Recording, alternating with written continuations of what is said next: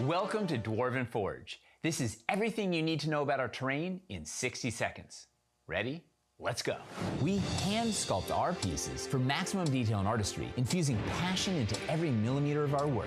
Everything is available beautifully hand painted so you can start playing right away. Or you can choose unpainted to paint everything yourself. Our pieces are completely modular so you can use the same sets to create a new adventure every time. Most pieces have embedded anchor magnets that affix to our terrain trays for secure building, and for revealing rooms as your players discover them. We create everything out of Dwarvenite, our top secret PVC formula that's nearly indestructible. We pack our pieces with as many features as possible, such as swappable LEDs to quickly change the look of your scene. We offer magnetic accessories to add flavor or increase the danger. A 1-inch tactical grid is sculpted into our floors, hidden in dungeon flagstones, natural rocks, or sticks and plants. In addition to sculpted pieces, we make terrain trays to use as a vibrant graphic base for your build. We offer a range of environments, including dungeons, caverns, cities, castles, sewers, forests, mountains, streets, burrows, ice, and hellscape. And that's just the beginning. We have a passionate fan base who can tell you all about it. And that's everything you need to know about Dwarven Forge in 60 seconds.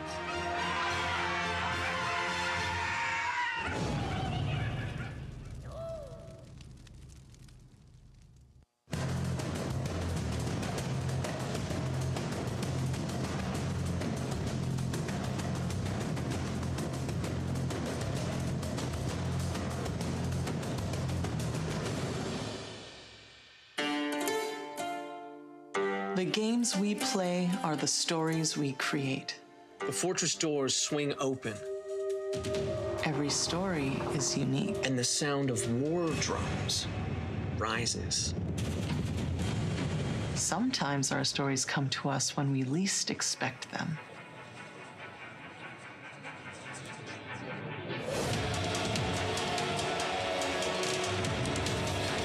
We need to be ready no matter where inspiration strikes. And sometimes our stories are told over great distances. No matter where your journey leads you or how your story is told. The games we play are the stories we create. Sirenscape can help make yours epic. Sirenscape is searchable, fast, and customizable from any device with no need to pre-install any sound. Adding epic atmosphere to your game has never been easier. Do you miss playing Dungeons & Dragons or just have a hard time finding a group in your hometown?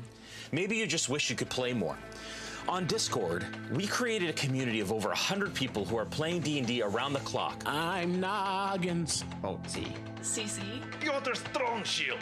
Katarina. Elder Stigivar Baba Negra. Tayel. Daria. Kostash Morach. Elros. Falfur Softfoot. Ketis Whitespine. Nestle Reindeer. Misery Cordelia. Chardonic Oriel. Body. Bragar Iron Tom. Dimitri. Shalara. Barf Battlebrain. Atomic Scray, mate. Shortleaf Rudari. Warren Greenstep. Melina Lee. Sesh Morses. Malachi Dupraki. Sarah Sklar Life Forger. Travas. Tamazar. Esmeralda Embershake. Elder Waddleby. Dustin Morses. Morgan Reagan. Maxa Kitty. Sterling.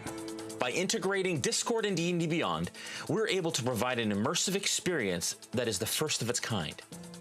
You can create a character from 1st to 15th level and then roleplay 24/7 in our Discord channels while combating monsters, crafting weapons, training new skills, and searching for items across our campaign world.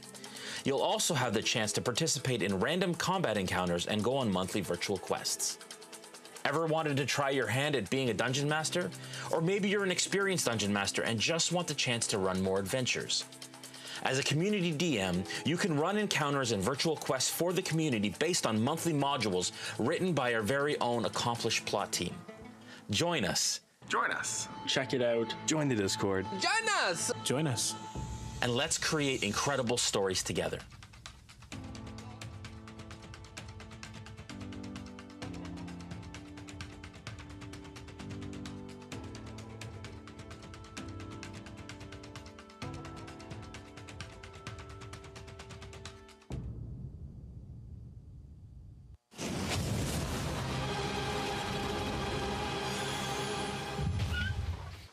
Hello and welcome back to Wildemount and the world of Exandria. It has been a long time in Barovia, and everyone was feeling it, and so it's a nice fresh start back. Use the beach right now. Yes, back on the continent of Wildemount. Very, very excited. Let's get through some really quick announcements, and then we'll get to all of the fun action of tonight. I want to thank, first of all, of course, Dungeons and Dragons for creating this incredible game, and the good people at Critical Role who have given us the guide to Wildemount that we are using for all of this campaign. Very excited and very, very thankful. Was that? Is your mic on? Yep. Are you sure about that? Positive. Yes, positive, he says. Chad said your mic is going in and out. Oh. Good way to start off the campaign. Yeah? Well, you get this stuff out of the way. You know what I mean? You want to. How's that? Is that better? Okay, I don't know what's going on. You take this to maybe Shad's to stop taking his earphones in and out of his ears, and then maybe that will work. I'll put this one in just in case. I love it. This is welcome, everyone, to this. Shorter one. There's one right there. I gave you one here. Yeah, right there. You just brought mine to the intro. Well, okay. I'll just wear. Anybody else got mics? Yeah. We got any more? Mics. Oh dear. Anyways, welcome. Like I said, thank you to Dungeons and Dragons for creating this incredible game, and the people of Critical Role for creating this awesome world that we play in. I want to thank our main title sponsors. First off, as usual, thank you to Hero Forge for all of their support through all of our campaigns, including Champions of the Realm, which we have lots of really fun stuff to share about and to look forward to. You can check them out at heroforge.com. They have an interface for creating incredible custom miniatures and avatars and stuff, so check them out at heroforge.com. All of the minis at the table are created using Hero Forge. I also want to thank Sirenscape, our other main title sponsor. They have an incredible system online for adding theme music and all of that wonderful stuff, and I'm totally thrown off, but it's all good. You can check them out at sirenscape.com/RealmSmith. That will let them know that we sent you, and you can enjoy that and jump into that. This episode specifically is sponsored and brought to you by The Last Game Board. They are an incredible manufacturer of this amazing new technology that is basically a board for games. It is about 18 by 18 inches. We used it, or I think it's 16 by 16? Yeah. 16 by 16. We used it during Champions of the Realm. It is incredible. You can play board games on it. You can use your TTRPG virtual tabletops on it. It is amazing. Check it out at lastgameboard.com, as well as on all of our episodes of Champions of the Realm. And they were one of the sponsors of that show as well. I want to say a massive thank you and a huge shout out to them for sponsoring this episode, and looking forward to continuing to partner with them into the future. Two quick things. Check out D3 at Sea and Satine's Quest. Those are two cruises that I will be on as a celebrity dungeon master, as well as other people at the table will be there. Omega is on D3 at Sea, and Dave and Brandon are also joining us on that cruise for some fun, so check those out. If you haven't heard about our Patreon Discord combo, we allow and create role-playing channels for the folks on Discord through our Patreon. All you have to do is become a patron, and once you've done that, you will jump into the world of our live stream, into the world of Exandria on the continent of Wildemount. And this season, we have a lot of really amazing, fun opportunities. One of the new things that we just added was for adventurer tiers and up, you have your own dwelling that you can furnish with the things that you crafted by. For each of you. It's amazing. The Smithgardians have done incredible amounts of work on this to bring you an incredible, awesome online experience. You can check that out at patreon.com/RealmSmith. And then if you just want to join a Discord that has awesome TTRPG stuff, you could also just do that on our Discord as well. If you want to try it out, you can try it out at $1 or $3 at the Townsfolk and Tradesperson, just to kind of visit the land and check it out, do a little bit of role play, and then tier up from there if you're interested. We've also seen pretty huge growth since Champions of the Realm premiere. We've had a bunch of people join. I want to welcome all of those people and thank you for your support and jumping on and being a part of our incredible, awesome community. Woo! Champions of the Realm has been super awesome and successful. Our first episode aired last Wednesday. Our next episode is this coming Wednesday. Nora and Matt battled it out. Nora, I'd love to hear from you, but I don't want to spoil it, so we won't spoil it, but it has been really great and really awesome, and Nora and Matt were incredible on the episode. It has blown up and people love it. So you can check us out this Wednesday at 8 p.m. Eastern, 5 p.m. Pacific for Champions of the Realm episode 2 at youtube.com/RealmSmith, or if you prefer youtube.com/D&D Wizards. It's also on the official Wizards channel as well. We do all of our giveaways on our channel. So even if you're watching from Wizards, from the D&D channel, come over, enter the giveaway, and then head back over there as well. We're going to show the interview because this coming episode features our very own Omega Jones /Critical Bard /Human against Satine Phoenix. So if you want to roll that, Julian, and we'll get right back to you.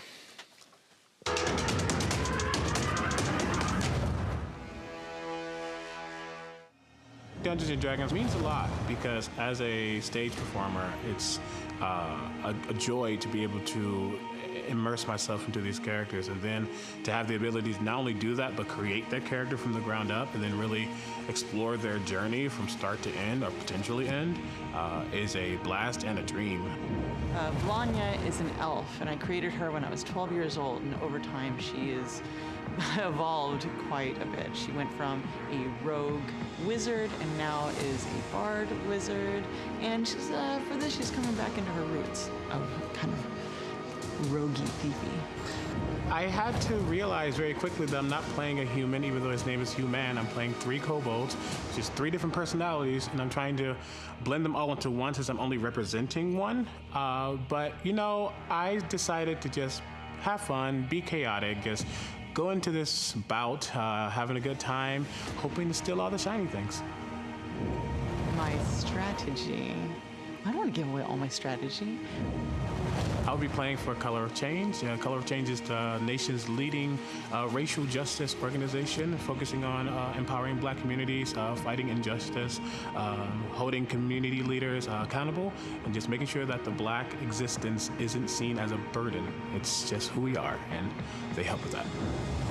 I'm playing for Jasper's Game Day because my mentee, Fenway Jones, means so much to me, and what she does means so much to everybody.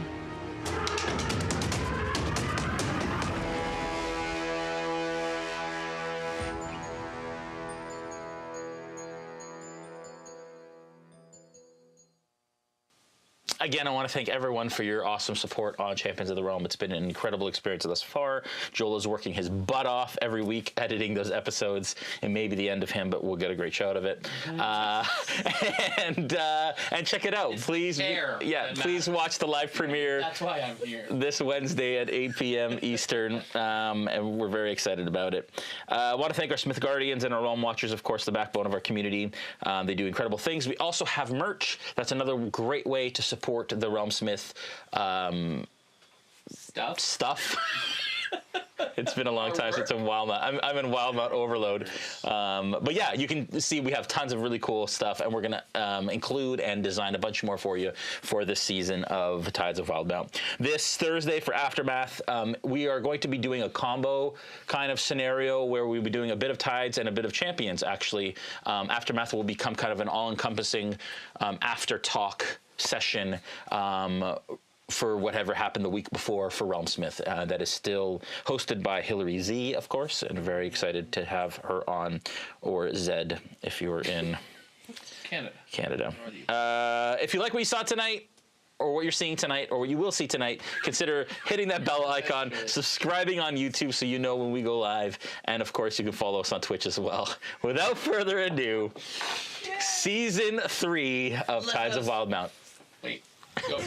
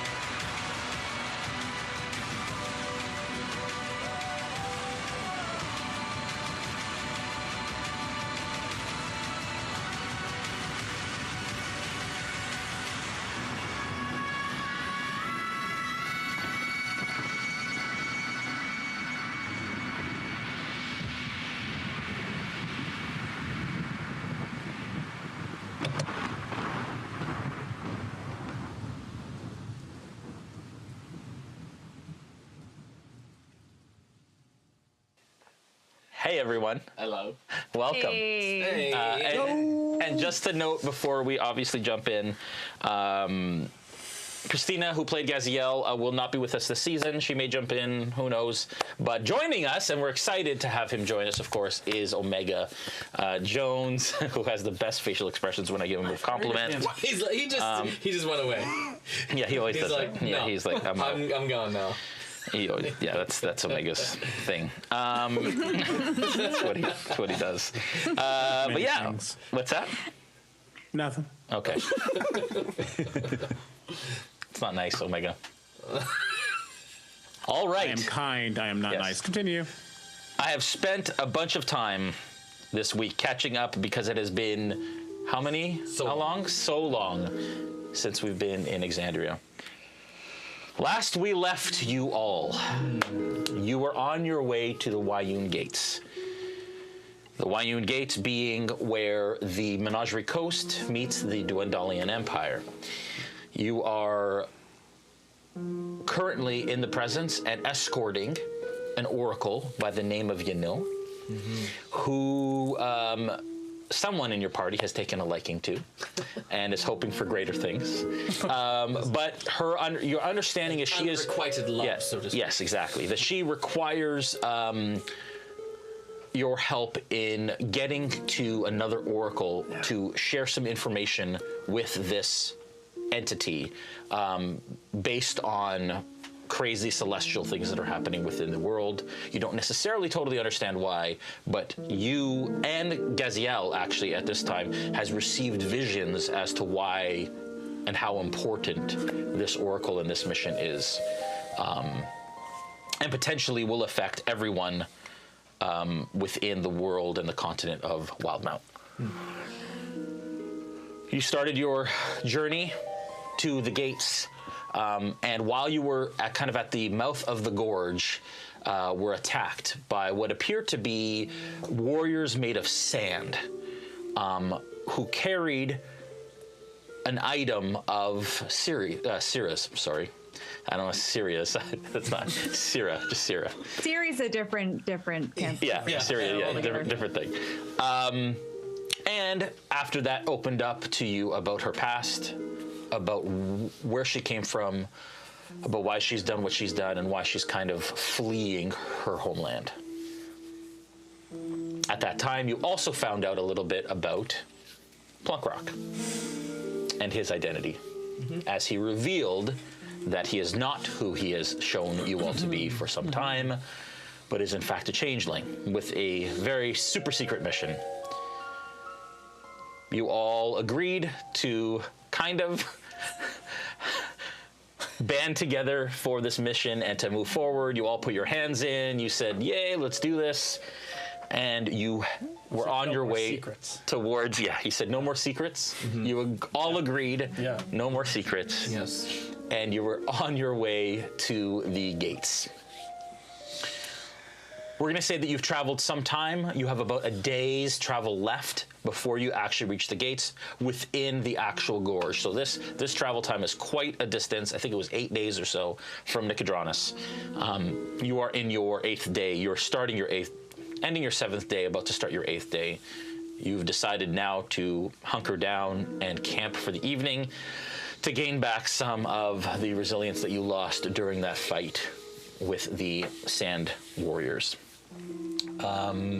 You find yourselves in the gorge currently.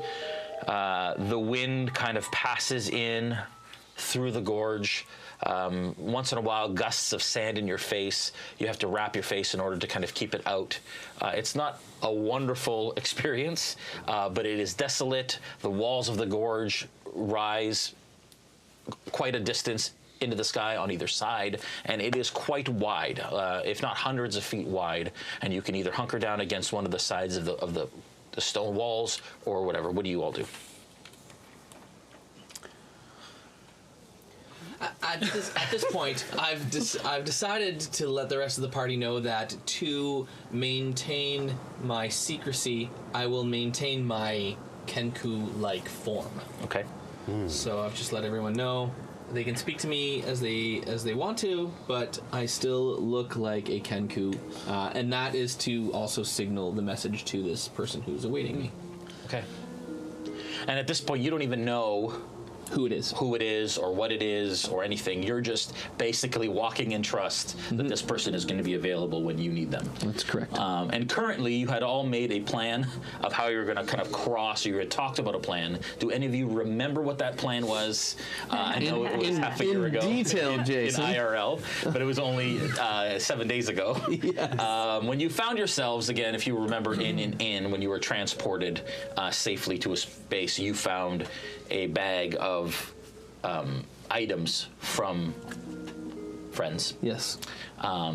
Which kind of led you here as well. And you are running by a poem that you read on a note within that bag. That's correct. Okay. You had agreed, I'll remind you, you had agreed that you had basically assured everyone that you could get them through. It's dangerous. It's scary, but you said, yes, it's taken care of. And I think that's where we left it. I don't remember anyone basically having any sort of issues with this. You were basically trusting the person who has lied to you for the last, since you met them. I think is the plan. No more secrets. We all put our Spoiler hands alert, in. there are secrets. Exactly. Yeah, exactly. All right, what do you do as you hunker down for? Yeah, as we're getting ready for evening, I'm going to go off to the side a bit with Snow. Okay. Because I just want to talk to him kind of quietly, and it's just Snow. Have you considered that maybe Plankrock's dead, and this is just somebody pretending to be Plankrock? I mean, it could be that Plankrock was really this guy the whole time. Or it could be that this guy's pretending to be Plankrock to infiltrate us, to lead us into a trap, and Plank's in pieces on a barbecue. As you hear a soul bird flying over top. Who's Plankrock? Yeah. You hear Plankrock in the corner. To be completely honest, no. I have not considered this. Okay. Do you think I'm overthinking it? Perhaps just a tiny little bit. I'm not sure we are worthy enough prey for someone who go to such lengths to try and get us. But aren't we wanted by just about everybody at this point? Well, it's nice to feel wanted sometimes. Yes. Okay. Well, if you're not worried, I'm less worried. Okay, we're just going to trust him then. Listen, I'm sorry. My mind is on other things. I can't stop thinking about my sister. I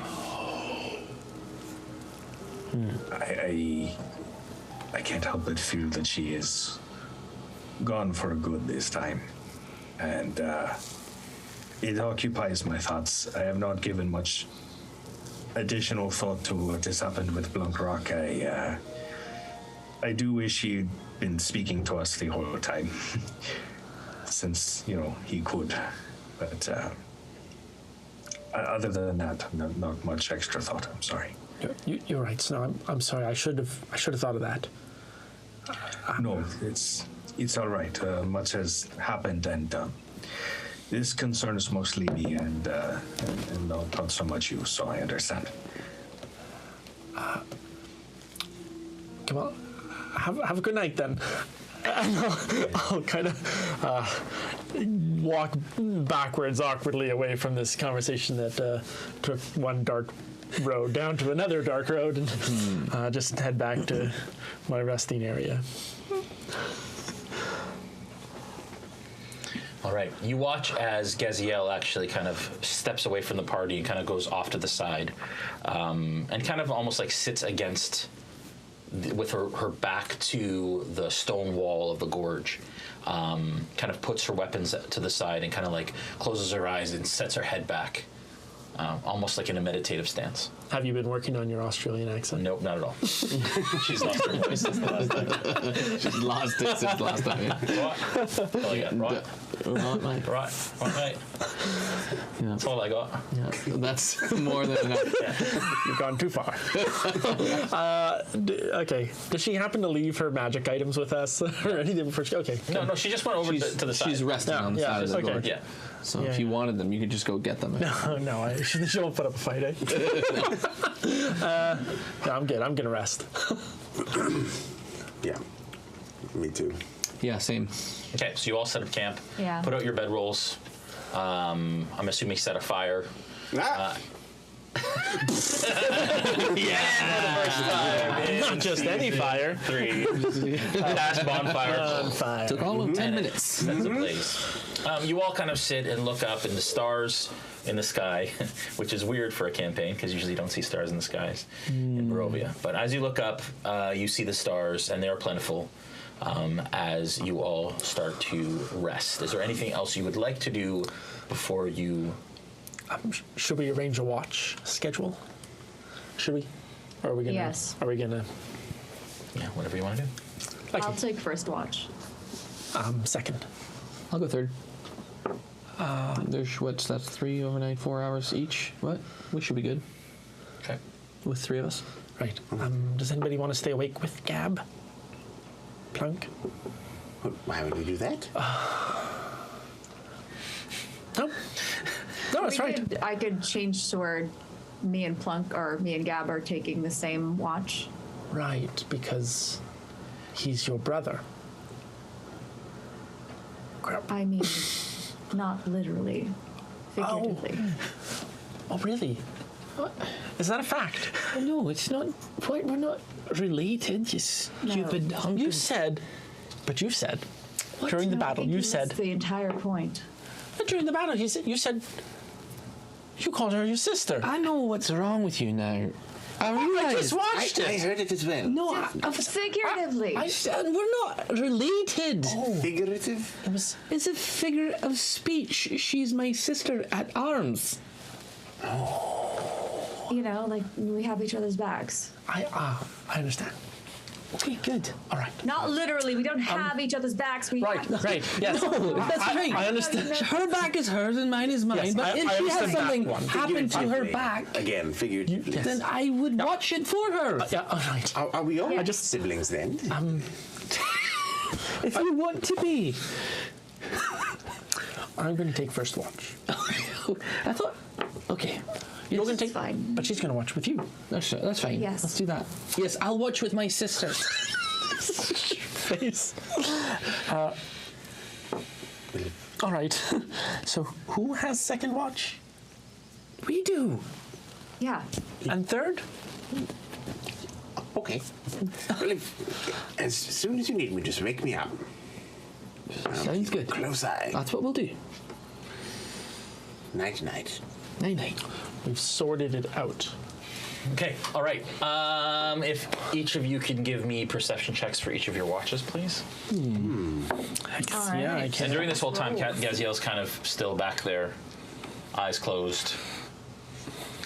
And you've seen her do this from time to time as she communes with her deity. Hey. Oh, that's cool. It's gonna I rolled be a 17. Check that die out. D&D. It's blank. It's a special one. I get to claim what I want. I rolled a 9. A 9? Okay. I rolled a natural 20. Whoa! 4. Ooh. First one of the Die of Convenient with a die with no numbers. 13, 20. It says 9. 9. Okay. All right. 24 for me. 24. Okay. Sierra, what was that? Sorry. What did you roll? 17. 17. Okay. Snow? We didn't put him on watch for some reason. Okay. I hear very well. Yeah, it's true. Okay. You all have a decent sleep. Who was second watch? Me and That'd be us. Sierra. Yep. Okay. While you're doing a second watch, you hear, with a 24, you hear a slight whimper. And as you kind of look over in Gaziel's direction, You kind of see it as kind of tears sort of stream down her face as she has her head back, and is still kind of resting against it. Even that long into the watch, she's still. And you watch as tears kind of roll down her cheek. I'll with my elbow nudge Syrah and go, can you see over there? Have you noticed Gaziel is crying? Should one of us go and talk to her, maybe? I mean, I hate to disturb her, but... Yeah, I can't tell if because she's walked off, if she wants to be alone, but she seems really upset. I think maybe you should go say something or see if she's okay. Yeah, I'll do that.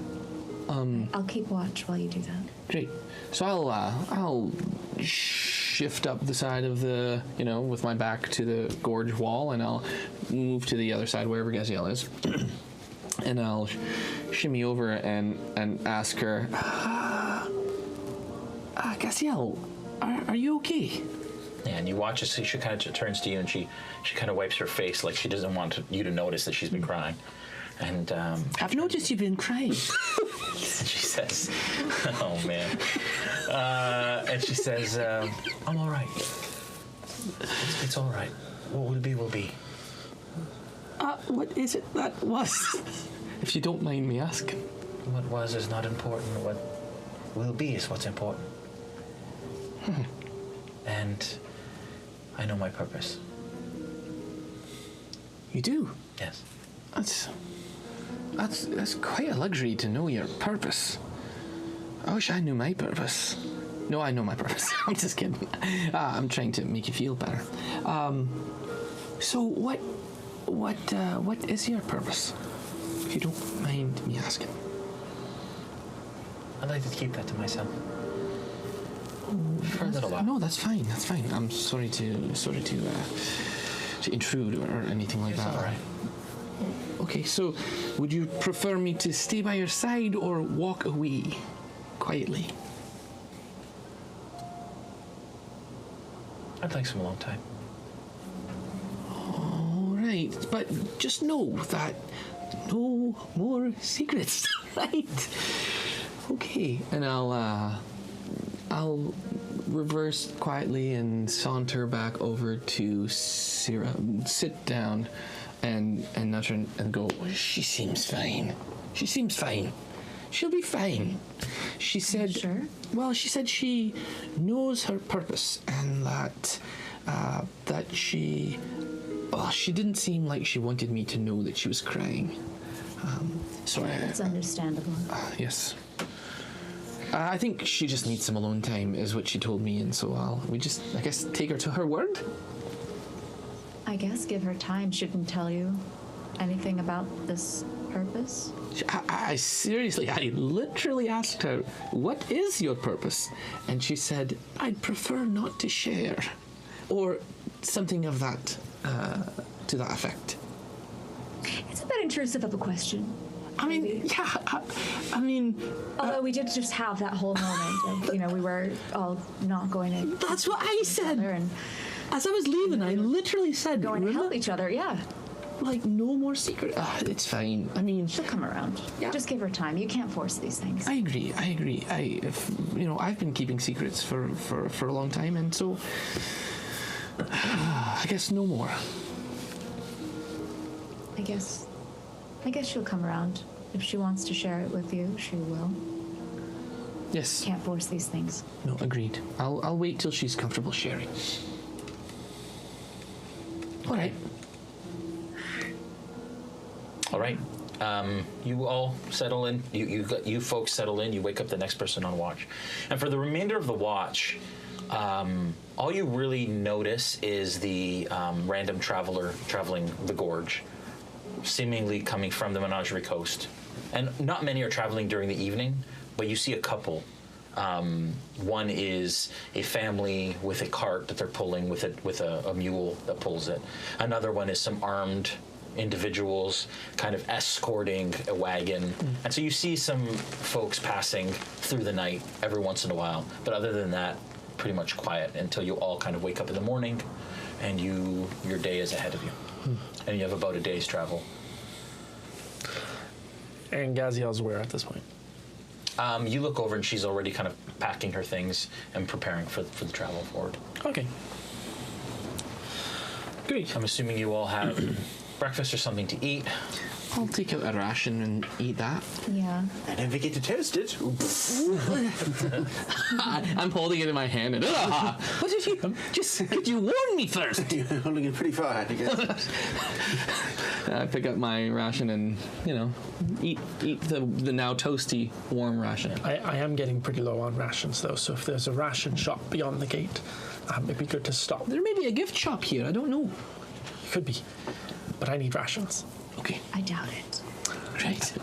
And Snow, you're about 8 hours from the gate. It's about 8 hours travel from here. Okay. So we're not this close yet. Okay. About 8 hours of travel. But we're almost there. I didn't know you could see that far. I mean, we have relied on Snow as our navigator for most of the campaign. Yeah, for sure. He is amazing. The blind leading the. Anyways, it's good to revive that joke. I know. All right, you all start on your way, and you travel 8 hours fairly unencumbered or unhindered. Once in a while, again, you watch as people are coming from the gate in the other direction towards the Menagerie Coast, and a lot of them fairly excited, children happy, kind of giggling. Would you say a lot less people going towards the gate than coming through it? It appears that the sense that you get is that people coming from the Empire are almost on vacation. There's an excitement and a glee kind of heading to the coast, and almost like a relief. And you get the sense of, and this comes from what the carts are full of and so on, that people are moving back into the Empire. The conclusion you kind of draw from that is that because the war has now quieted down and there's kind of a peacetime that's settling, that people are moving back into the Empire, back to their homes to restart their lives after having fled potentially to the Menagerie Coast. That's kind of the sense that you get. Sierra's still very suspicious of anybody walking about just because, accosted by Dad's minions. Yeah. Still doesn't feel like she's in the clear. Yeah. And so keeping an eye out, keeping watch behind the party. Okay, give me a perception check as you travel. And Plunk, because you're looking out for your contact, if you can also give me a perception check. Absolutely. That's another 17. Nice. With the 17, you don't sense that there is any sort of danger that you should be concerned of. There's nothing necessarily following you or eyeing you any more than a group of your makeup, because you do draw a bunch of eyes. I mean, you're quite the motley crew, but nobody necessarily kind of taking extra mind, especially coming from the gate, and nobody's kind of past you going to the gate yet. And even those that may have seen the poster that you're all on for the Seditious Six wouldn't necessarily have seen it from the Empire. They'd be coming from the Menagerie Coast, potentially. But remember, you are wanted in this land that you are currently in. I'm in disguise. You're wearing pants. I have my shirt and my hat. Yeah, that's right. Yeah. I'm on vacation. Right. And I rolled a 6, a 4 plus a 2. I mean, a 2 plus a 4. Yeah. So okay. Either way. Yeah. And obviously, there's a lot on your mind right now. You've obviously been considering what this all means. Now they all know who you are. Yeah. There's a lot of pressure on you moving forward into this. And however you feel regarding if you think you'll be successful or not, obviously that's weighing on you. All right. You start to, in the distance, see where the gorge begins to kind of close in and come to a peak. In the very, very distance, you see kind of a really distant gatehouse that kind of sits in the middle of where the gorge kind of meets at a very narrow pass, and the walls of the mountains kind of continue up and join the mountains on either side. The Ashkeeper Peaks on the to the right, and the Sirius Mountains on the left. And this is where the two mountain ranges meet, kind of on the south end of the Varrow Valley. As you begin to approach, you see now it's a lot busier here. There are people coming and going, and I'd say like a dozen different parties or groups of people coming and going as you kind of approach. And you're about 500 feet or so now from this gate that you see. You can't even make out if there's people at the gate or anything like that. The sand and the dust that's being kicked up by horses and wagons and stuff traveling is giving you a hard time from seeing exactly what is in the distance, but you are now approaching at about the 500 feet. Plunk, did you say that you know somebody that we're supposed to be meeting? I did. I mentioned that I'd get us through the gate, yes, with help from someone. And yes, let me go look for that person and see if I could find them. I have a very direct question for you. Are you selling us for the reward? Am I selling you? What does that mean, am I selling you? For the reward. Is this a trap? Are you trapping us? I'd just like to know ahead of time. I don't... I've been there before, but it's never been by a friend, so if... I'm not... I don't sell... how do you buy... I'm not a slave trader. Oh, yes, it's just because we're wanted, and we don't really know if you're actually you or if you're somebody else. I'm fully me, and to the extent that I've shared myself with you. And that's... Is this within earshot of the rest of us? Yeah, I mean, we're kind of you're in a close group, Yeah. Just Bacalhau. Yes. For someone who is always so suspicious of Gazael being, always throwing her under the bus for saying she's so suspicious. Yeah. You're being very suspicious. Well, we've never had a friend turn into another person before, and so this is a bit new for me. Well, he's the same as he was before. He just looks different. Yeah. Oh, yes, it sounds different, yes. But I'm sure it's the same person. Well, how about this? I'll go find a person. If I don't come back, then you'll know for sure I'm not who I say I am. Or if you do come back and we get imprisoned, then we'll know. Yes, of course. If I come back with guards or someone who looks to be painfully armed to the hilt with guards-like equipment, then you'll know for sure that I'm against you. So we'll know. I'm not soon, going to do that. We'll find out very soon, and that's what's important. Do you know who you're looking for? He doesn't. I didn't say I don't. I'm not sure exactly, but they'll know me. Because we're on posters. No, that's not why. Because I hate sharing. Fine, no more secrets. Okay, everyone gather around, and I'll get everyone, try to get them into a tight circle. Listen. Okay. I'm part of a secret society of spies. What? I'm not supposed to tell you this, and in fact, if I do, they can use this against you. This information. So please, keep it to yourselves. This person is trying to find me here. And if they aren't here, they would be in trouble as well. So it's both of us who would be in trouble. But what is there, like a hand signal, a handshake? What is it?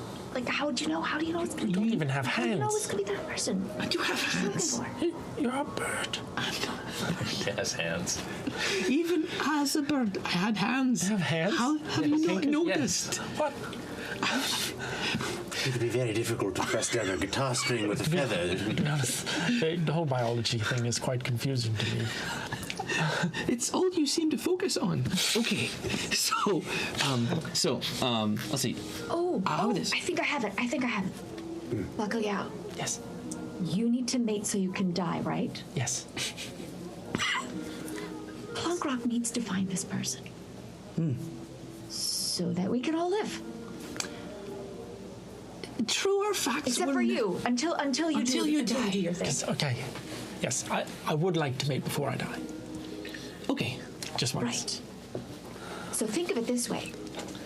Plunk is making sure that we live so that you can get to Maiden Die.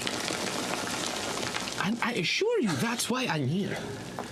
Well, I'll have to take your word for it. Okay. Yes, well, we did say no more secrets, and he did share with us a big secret.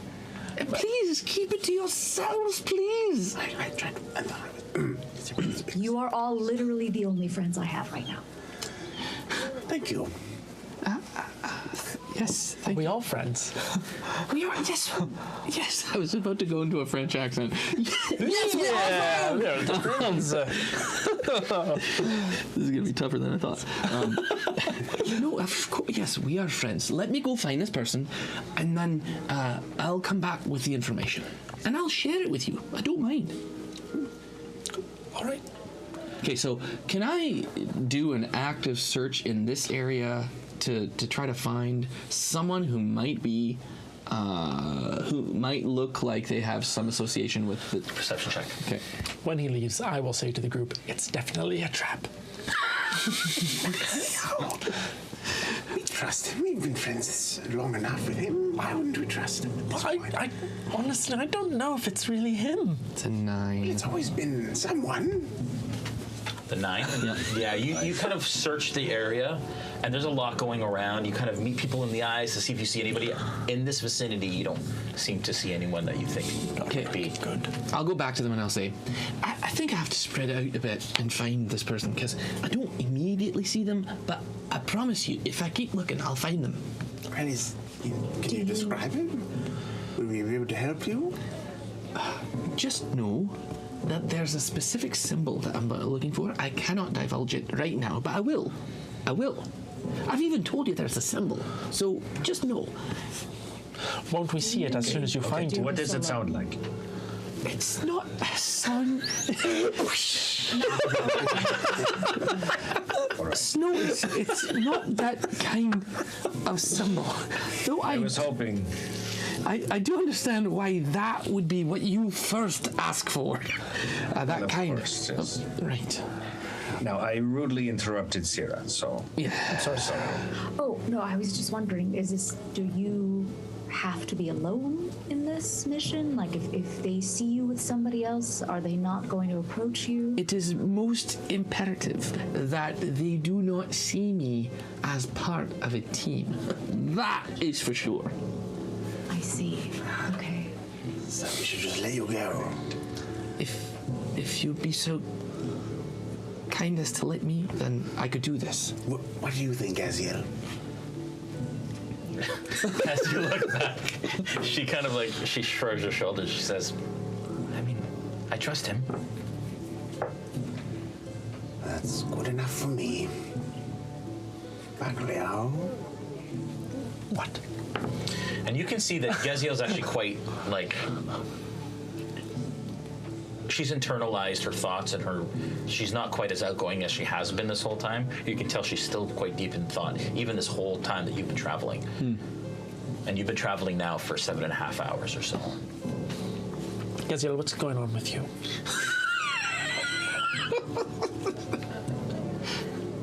I'm all right.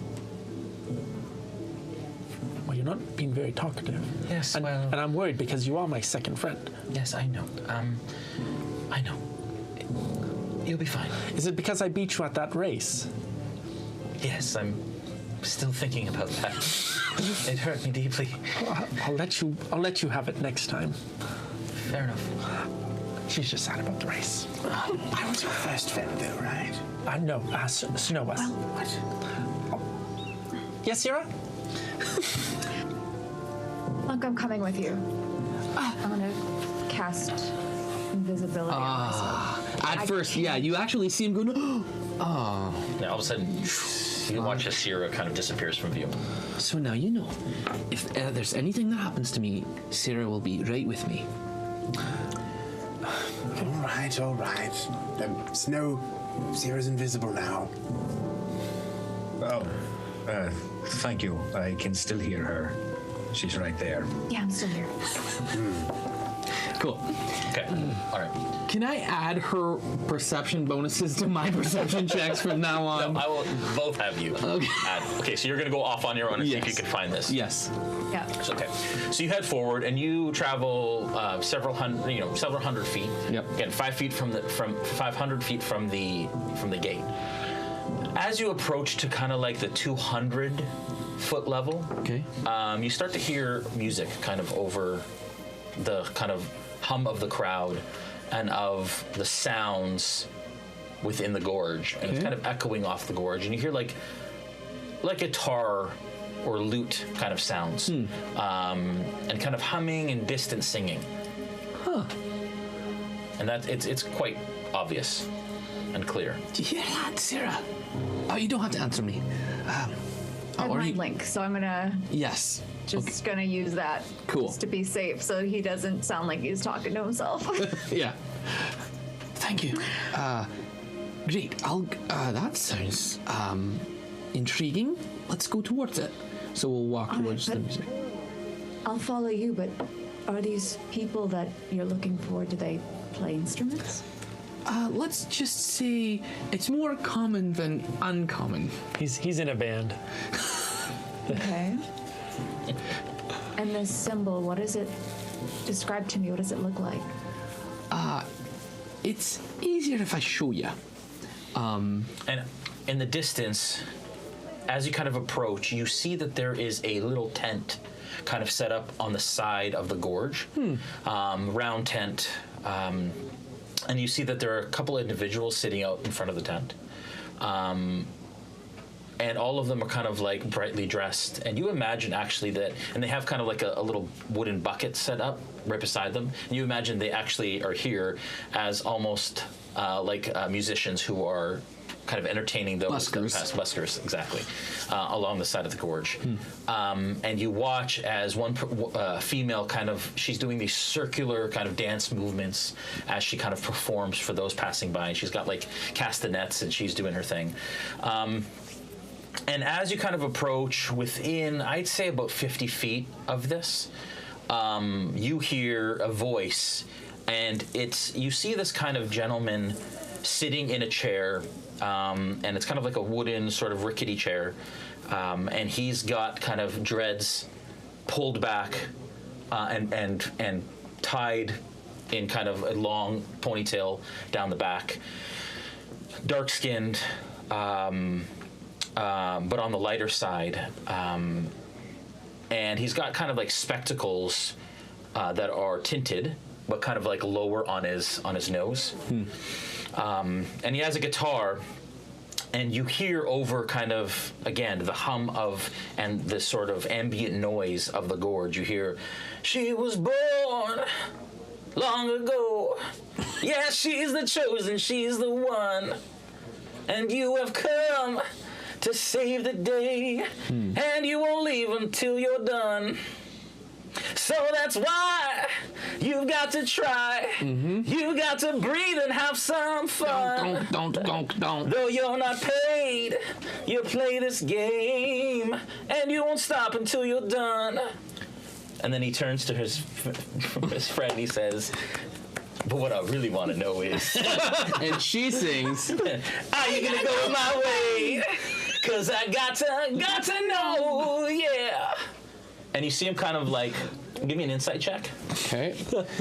Don't miss it. Yeah, I really want to get this insight check. If you roll badly, you'll have to keep singing. Oh, hey, nice. That's a 23. Oh, wow. Okay.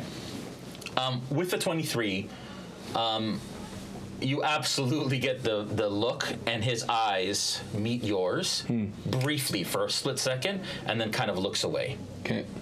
And you know that within your organization that messages are obviously given through music, and there's no question that this message is directed towards you. Sarah, I know what we're supposed to do now. Did you get that? Don't tell me. Yeah, I heard it. Okay. Let's go. And I'll approach the tent. Okay. Yeah. And say, I'll say to the man in the dreads, I do believe I'm gonna go your way. He kind of looks around for a second. He says, it's nice to see you. How's it going? You know, it's good to be here finally after my long journey. Yeah, we've been waiting for you. Okay, then. Come, this way. Okay. And he kind of gets up from his chair, and he kind of turns around and kind of walks through the tent and asks you kind of to follow him. Okay, well, before we head through the tent, I'm gonna turn to Sierra, assuming she can see me clearly, and I'll just like gesture to be as quiet and not show herself as possible, like to just stay invisible and follow me. Okay. Is what I'm attempting to message across. Okay. All right. It's pretty obvious. Yep. And as you stop, he kind of stops at the edge of the tent as you kind of walk through, and he kind of looks around and then kind of follows you in. Okay. You go into this tent, and there's like pillows and, there's a couple what appear to be entertainers, bards, kind of lying around, smoking their pipes and kind of hanging out and milling around. And there's bottles of different types of booze and liquor, and you can smell incense burning kind of inside. They're all kind of hanging out, assuming or potentially waiting for their chance to entertain a single people of the gorge. Tear comes down my eyes, and as Sierra, you hear me just say, very quietly, "My people." Sierra, are you entering the tent, or are you waiting outside? I am. I'm just trying to crouch down as much as I can behind Plunk, even though I'm invisible. Just I don't want to knock over anything. Yeah, sure. Stealth check, please. Okay. Because are you wearing that big headdress while you're invisible too? Yes. Yes. And as you walk through, Plunk, you catch the eyes of, I don't know what just happened. Yeah, what did just happen? You caught the eyes. You catch the eyes of those, and they kind of like give you kind of a bit of a nod, a knowing nod, as they kind of go along their business at the same time. Clearly, everyone is in the know here. Yep. I rolled a 16 on stealth, but what happens while I crouch down behind Plunk is, though it's invisible, he feels my ring in the back of his hand. In case anything happens and I pop back out, I'm going in that ring. Okay. Cool. Got it. Okay. So you feel something cold kind of enter your hand. Okay. As you kind of pass through. Yep. Okay. Are you trying to keep that, obviously, that ring and that? Absolutely. Okay, give me a sleight of hand check. Secret, yes. That will be come on. Because I think once it gets to his hand, it would no longer be invisible. That's an 18. Okay. All right.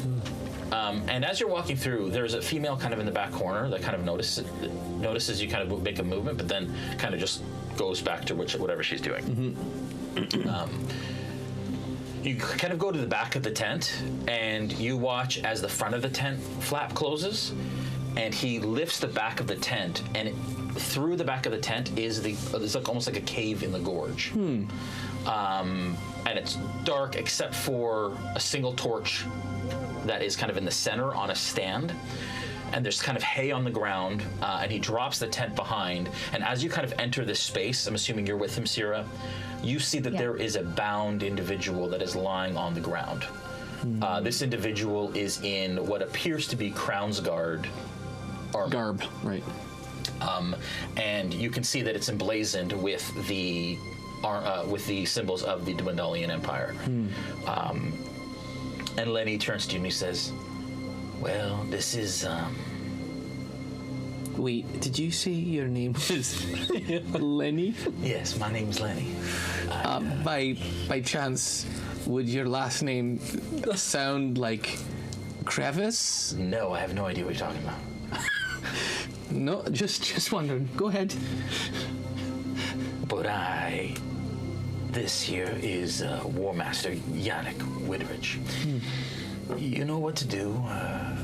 He'll let you through the gate. Uninhibited, unhindered. And then he hands you a scroll that is kind of bound with a seal on it. Okay. And that can be kind of like pulled off and then opened and then put back on. Game Master, Do I know what to do? Does Plunk Rock know what to do? Like, does Gab know? Check. Okay.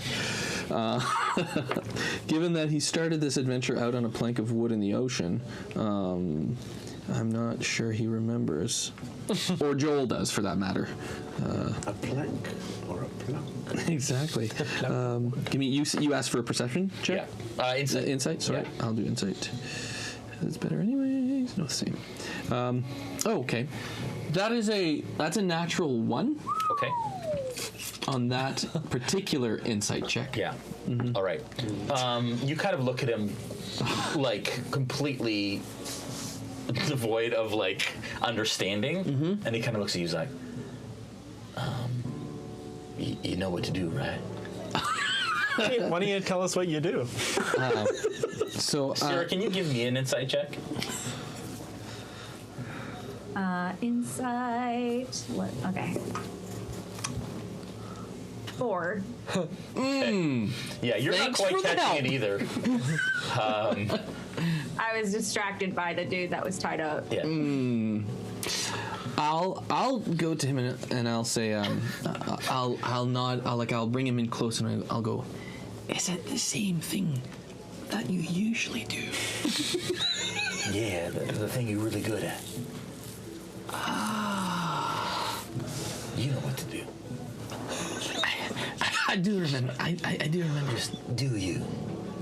I've got it now. So I will change on the spot into the exact form before me. There you go. But maybe not best to leave the tent looking like that. Might raise some suspicions, right? You're just testing, I know. I was, of course. Do you know what he sounds like? Is he alive? He's unconscious right now. Oh, okay. He's sleeping, it appears. Right. Yeah, like a Dandelion accent, you know. Oh, no, of course. Yeah. Like from the other side? Sure. Right, Yeah. yes, okay. I mean, we can wake him if you like, but... I might, actually, if you don't mind. Just so I could speak with him for a moment. Just like a second? Just like, a brief moment to hear his voice. All right. Do you have any smelling salts? That's not necessarily required. All right. And he kind of looks down and says, but if he yells, it's not going to be good for him. All right. You need to keep him quiet. Can you not bind his mouth? Well, we weren't worried about that because he's sleeping. Okay, fine. Never mind. We'll deal with. We'll do our best. All right. You do your thing. Best not take any risks. Yes, best not take much longer. Time is of the essence. Right. That's. Yes, I'll be on my way. All right, and maybe turn back to the bird thing. And I switch back. Very good. All the best. Thank you. Okay. Say hey to the brothers and sisters for me. I will. Okay, you both kind of head out. Yeah. Siri, you try and kind of quickly duck through as he opens up the tent flap. You get back out to the opening and you kind of open it up and head out. The rest of you stayed a fair distance away. I don't know if you would have seen him go into the tent at this point. It was like 300 feet or so ahead. So you kind of turn back. You come out of the tent, Sierra behind you. And Lenny kind of walks out and he kind of goes back. He picks up his guitar again. He starts strumming. And as you kind of head back towards the direction of the party, you hear, Zillion woman, stay away from me, yeah. I know this one. Yeah. As you kind of head back to your... Cool. So we go back to the troop, so to speak. Oh, there he is. Hey. Yes. What did you find? And I'll scurry. So. And I won't pop back up until we are definitely right with everybody else. Ooh. There she is. So. What the hell was that? I mean, you know, I know how to get us through now. Very, very. You all have to be my. You all have to be my prisoners. See, I'm sorry, but we've led you into a trap, and we're in a bit of a banana now because we can't really get out of this. Well, I mean, This is where our trust got us. Yeah, you've been don't a prisoner. understand. No, but I've you been a don't. prisoner. No, wait. I don't think that's true. Just hear him out. Sarah's in there. She can attest to the fact there's a prisoner in that tent, and he is a royal guard, and I can change into him and guide us through the gates unquestioned. If you'll let me do it, then we'll get through without a hitch.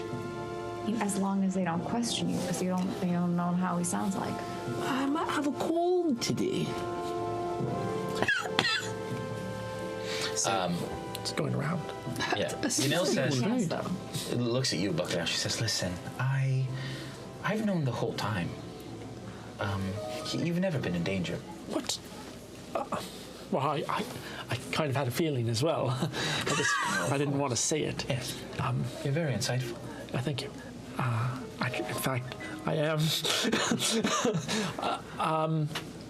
Okay. Well, if you're okay with it, then I'm okay with it. I'm brave as well. Thank you, Bacalhau, for how are we going to believing someone else in me? Yeah. Yes. How do we do this? Someone else's belief in you. Amen. Are you saying that we would all pretend to be imprisoned, shackled, and led through while you impersonate?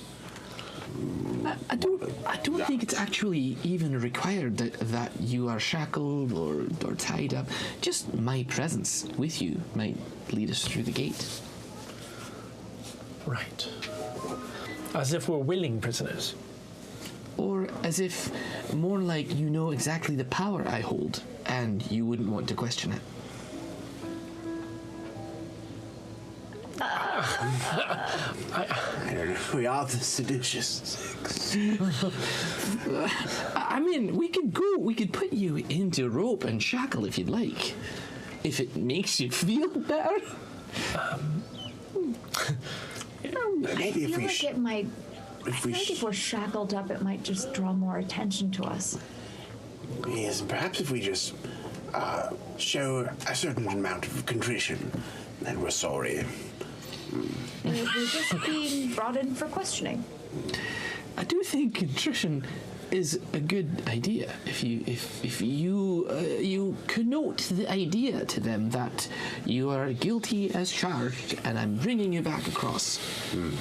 Especially as such alleged menaces to society. Yes. We just apologize to everyone we walk by. Yes. Then maybe it will be enough of a convincing performance. And performance is what I'm all about. What do you think, Snara? You should have seen that other guy's performance. It was amazing. Oh, he was really great. His name is Lenny. We couldn't get his last name. I think we have a chance. It's very risky, but I think we could. If we're all super careful and hopefully, I just think that being shackled up just lends ourselves to more. Well, it certainly limits you if something does go wrong. I mean, not that it will. Also, if something does happen, we're shackled. Exactly. So, contrition. Contrition. I do feel bad about stealing the towel from the hotel. You. What? Why did you do? What? You're allowed to take those? No, but we're pirates. Well, I didn't even do that. Snow said we're pirates. So really, in questioning me, you were the true criminal. Well, it was just a towel. I thought it'd be fine. It's not. It's not just. Where is the towel right now? It's in my bag. Was it a face cloth or like a towel? It was a hand towel. Okay, what? I didn't take the big one. We have bigger things to think about. Let's get across I'm the just gate. saying that I'm feeling bad. Well, you should, but let's talk about it later. This is not the time. Stay conscious about things. Yes, but it is encouraging that you are developing a conscience. That's good, but let's move forward. I don't know how dry you were expecting to get with just a handout.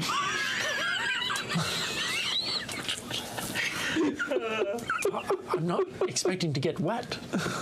We're pirates. You just said it. Okay, let's try this, shall we? Yes. What do you think, Snow? All joking aside. All joking aside, I was thinking manacles might be restrictive as well. Of course, if we are in manacles, then Plunk will have to carry all of our weapons to make it look convincing. We cannot just walk through with weapons while manacled. So if we can walk through without manacles and rope, it's probably for the best. Bacalhau keeps looking down at his wrists that have broken manacles on them. Yeah. Like he's manacled, sort of. Yeah. Right. This, I don't know if this helps or if it makes it worse. Because they're broken.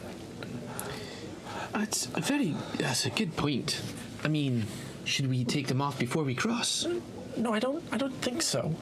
Plunk. I'm sorry. Yes. These guards, are they known to be magic users of any sort? Let me check. Are they known to be magic users of any sort? You're from the Menagerie Coast. You've never been to the Dwangadalian Empire. Not that you know of. Snow, you've been through here. So has Gaziel. Gaziel kind of states that they're typical guard. And so not necessarily, although they are sometimes accompanied by magic users, depending on the militia and so on. Okay. But they're just very effective guard. I thought that perhaps if you told anybody that we were just under a charm spell until we're brought to justice, then it might be easier, more convincing. Well, I know that that my organization tends to plan these things out quite well. So I have little doubt that it'll work if you told us that it would work. Okay. So my suggestion is I line you up and we walk towards the gate and I lead you through, like as if... And you're going to go like this? No. You'll all have to hide me. For a moment. Well, I have this. I'll take out the hand towel. I could hide you behind this. But that's all I've got. Thank you. I think he's trying to be helpful. Well, if we all maybe just huddled together, it would be enough coverage. I'm relatively small. Including the hand down. So we're supposed to hide you, Plunk? Why? Well, just for a moment while I switch to our friend in the tent. Oh, right. Well, just form a huddle and just like we're having a chat. Do you want our backs to? Yes. No, you're not. You're changing. You're not setting up for an attack. You just. I'm not. That's not the kind of changing I plan to do. Just watch, and I'll just and just like that, instantaneously switch to the form of the man I saw in the tent. See, now how do we know that this isn't his real form? Would you please just... I promise you back. It'll be fine. What should we call you now? Are you still Plunk? No. Are you Gab? Gab. You're Gab. You can call me Gab from now on. Is that your name? Yes. Like this? Maybe for the purpose of this, we should just call him Sir. Yes, call me Sir. And yes, sir. Perhaps just let him do the talking. Right, but I do feel very bad about the towel. Puts her hand on your shoulder. She says, please, let that guilt inform your performance. Okay, and we'll walk towards the gate. All right. Zinric, as you perform, You are just to the side of the gate, and you're kind of performing as people kind of wait in line, and there's a bit of a line forming. I'd say 3 or 4 groups of people kind of lined up, and as they kind of approach, the guards speak to them. They show them papers and citizenship and all this kind of stuff, and then they have a questioning period, and then they kind of move through the gate. But you watch as a group of 4 individuals who are clearly either militaristic, but you recognize them as Zalezo, the sort of guards or military force of the Menagerie Coast and the Clovis Concord. And as they kind of approach these guards, you watch as they take out a little bit of a scroll, and they open it up. And on this little scroll is a wanted poster for a group known as the Seditious Six. And that is where we're going to take a break for this evening. We'll be right back. I've been on such a poster. Welcome to Dwarven Forge. This is everything you need to know about our terrain in 60 seconds. Ready? Let's go. We hand sculpt our pieces for maximum detail and artistry, infusing passion into every millimeter of our work. Everything is available beautifully hand painted so you can start playing right away. Or you can choose unpainted to paint everything yourself. Our pieces are completely modular so you can use the same sets to create a new adventure every time. Most pieces have embedded anchor magnets that affix to our terrain trays for secure building, and for revealing rooms as your players discover them. We create everything out of Dwarvenite, our top secret PVC formula that's nearly indestructible. We pack our pieces with as many features as possible, such as swappable LEDs to quickly change the look of your scene. We offer magnetic accessories to add flavor or increase the danger. A 1-inch tactical grid is sculpted into our floors, hidden in dungeon flagstones, natural rocks, or sticks and plants. In addition to sculpted pieces, we make terrain trays to use as a vibrant graphic base for your build. We offer a range of environments, including dungeons, caverns, cities, castles, sewers, forests, mountains, streets, burrows, ice, and hellscape. And that's just the beginning. We have a passionate fan base who can tell you all about it. And that's everything you need to know about Dwarven Forge in 60 seconds.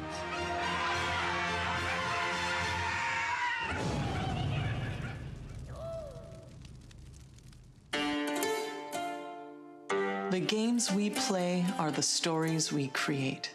The fortress doors swing open. Every story is unique. And the sound of war drums rises. Sometimes our stories come to us when we least expect them.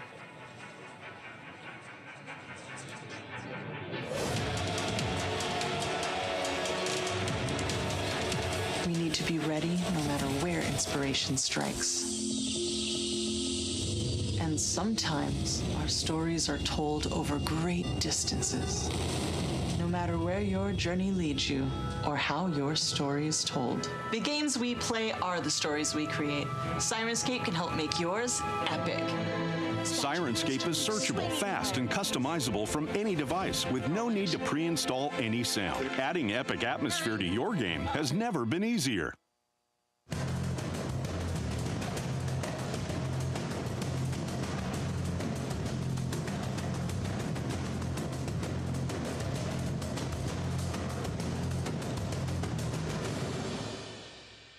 Do you miss playing Dungeons & Dragons, or just have a hard time finding a group in your hometown?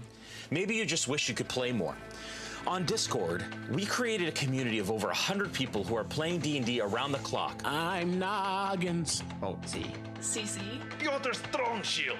Katarina. Elder Stevie Baba Negra. Tayel. Daria. Kostash Morach. Elros. Falfur Softfoot. Ketis Whitespine. That's my reindeer. Misery Cordelia. Chardani Goril. Body. Braegon Ironton.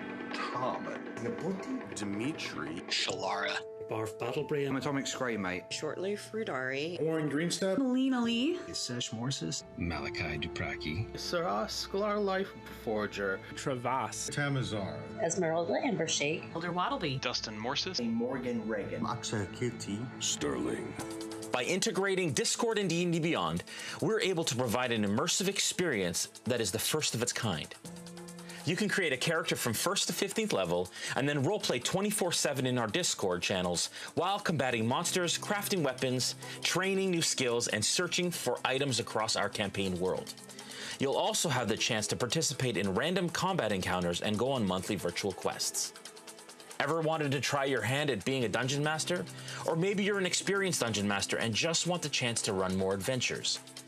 As a community DM, you can run encounters and virtual quests for the community based on monthly modules written by our very own accomplished plot team. Join us. Join us. Check it out. Join the Discord. Join us! Join us. And let's create incredible stories together.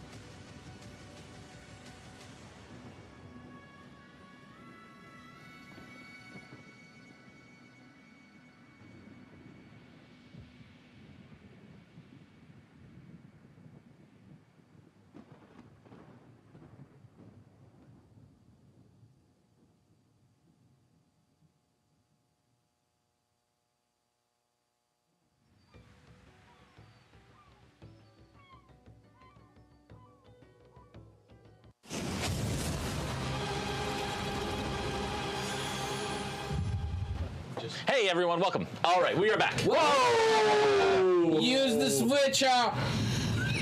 It wouldn't be a premiere without some. That's a really natural framing for Dave and I. That's great. Like, Dave, you take the middle. Hey guys, I'll take this side. Welcome to my frame. No, we're good. We moved over too much. Yeah, we're good. Anyways, welcome back. You are currently at the gate. As mentioned before, Zin, you see this happen in front of you, and it appears that 4 Zalezo are currently talking to the 2 Crownsguard that are at the gate, and they are sharing what appears to be a wanted poster for a group called the Sedition 6. And they are having a conversation. What do you do? Well, firstly, he's just kind of standing there. He has 2 scimitars out, and he's kind of just hitting them, like making like a rhythmic chant, almost.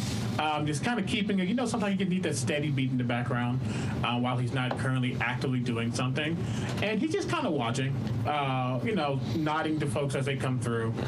Just, you know, says a little kid, he like says hi. But honestly, he's just watching, but he does take note of that poster.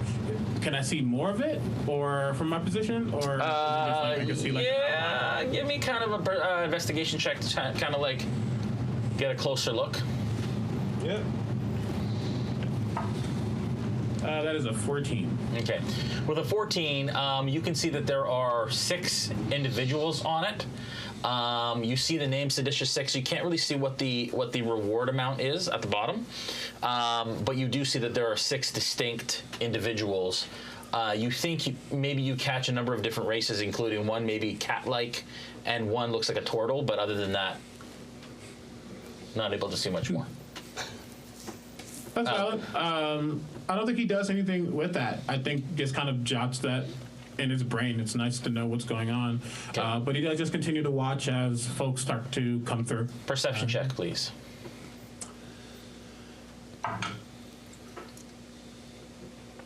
9. Okay. You're pretty taken with what the Crownsguard are saying, that you're having basically a hard time a little bit kind of taking in your surroundings at the moment. You all start to approach the gates. You can give us some overcam, Julian, please.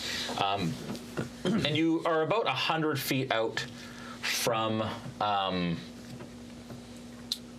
the other view. Yeah. You're about 100 feet out from what appears to be the gate. There are a number of people, again, coming and going. And you start to kind of, on the right, see that tent there, and Lenny is no longer out in front of that tent. You see another performer, and it's female, and she's kind of doing almost like an operatic kind of thing, and it's like echoing off the gorge walls. Cool. It's quite nice and quite peaceful. What does that sound like, Jay?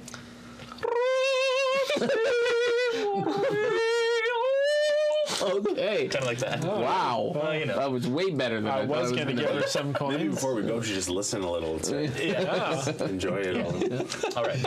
And you can see what you see on the table. So you see that there is a cart kind of beside you and a gentleman with a crossbow kind of across his lap. And he's got what appears to be produce and some goods packed into a wagon that is being led by 2 horses.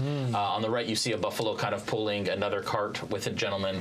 In front of you, you see like a hooded covered wagon, and then a number of people out in front. And you do see that there is a bit of a lineup kind of starting, leading towards the gate of a half a dozen people or so. In front of you, you absolutely see that there are 2 Crownsguard at the gate, and they are talking to 4 other individuals. And those individuals appear to be dressed a lot like Zalezo of the Clovis Concord, which you are very familiar with. And I currently look like not a Zalezo guard, but like one of the Crownsguard. Yeah. Okay. This again. All right. Remember, contrition. We're very sorry for what we did. So, I am. Use that. So I quickly take off my hat and my shirt and stuff them in my bag as we walk, because obviously in the poster, they got to believe that it's me on the poster, and if I'm wearing a hat and a shirt. Yeah. Okay. So you actually want to look like. Yeah. I mean, that's the story we're selling, right? Is that we are those guys. And otherwise they're gonna be like, this guy with the hat and the shirt, he's not on the poster. And I'll pipe up. I stay in line. Okay, that's good.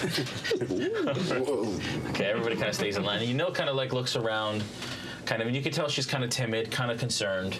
Gaziel is sticking to the back and kind of scanning the distance.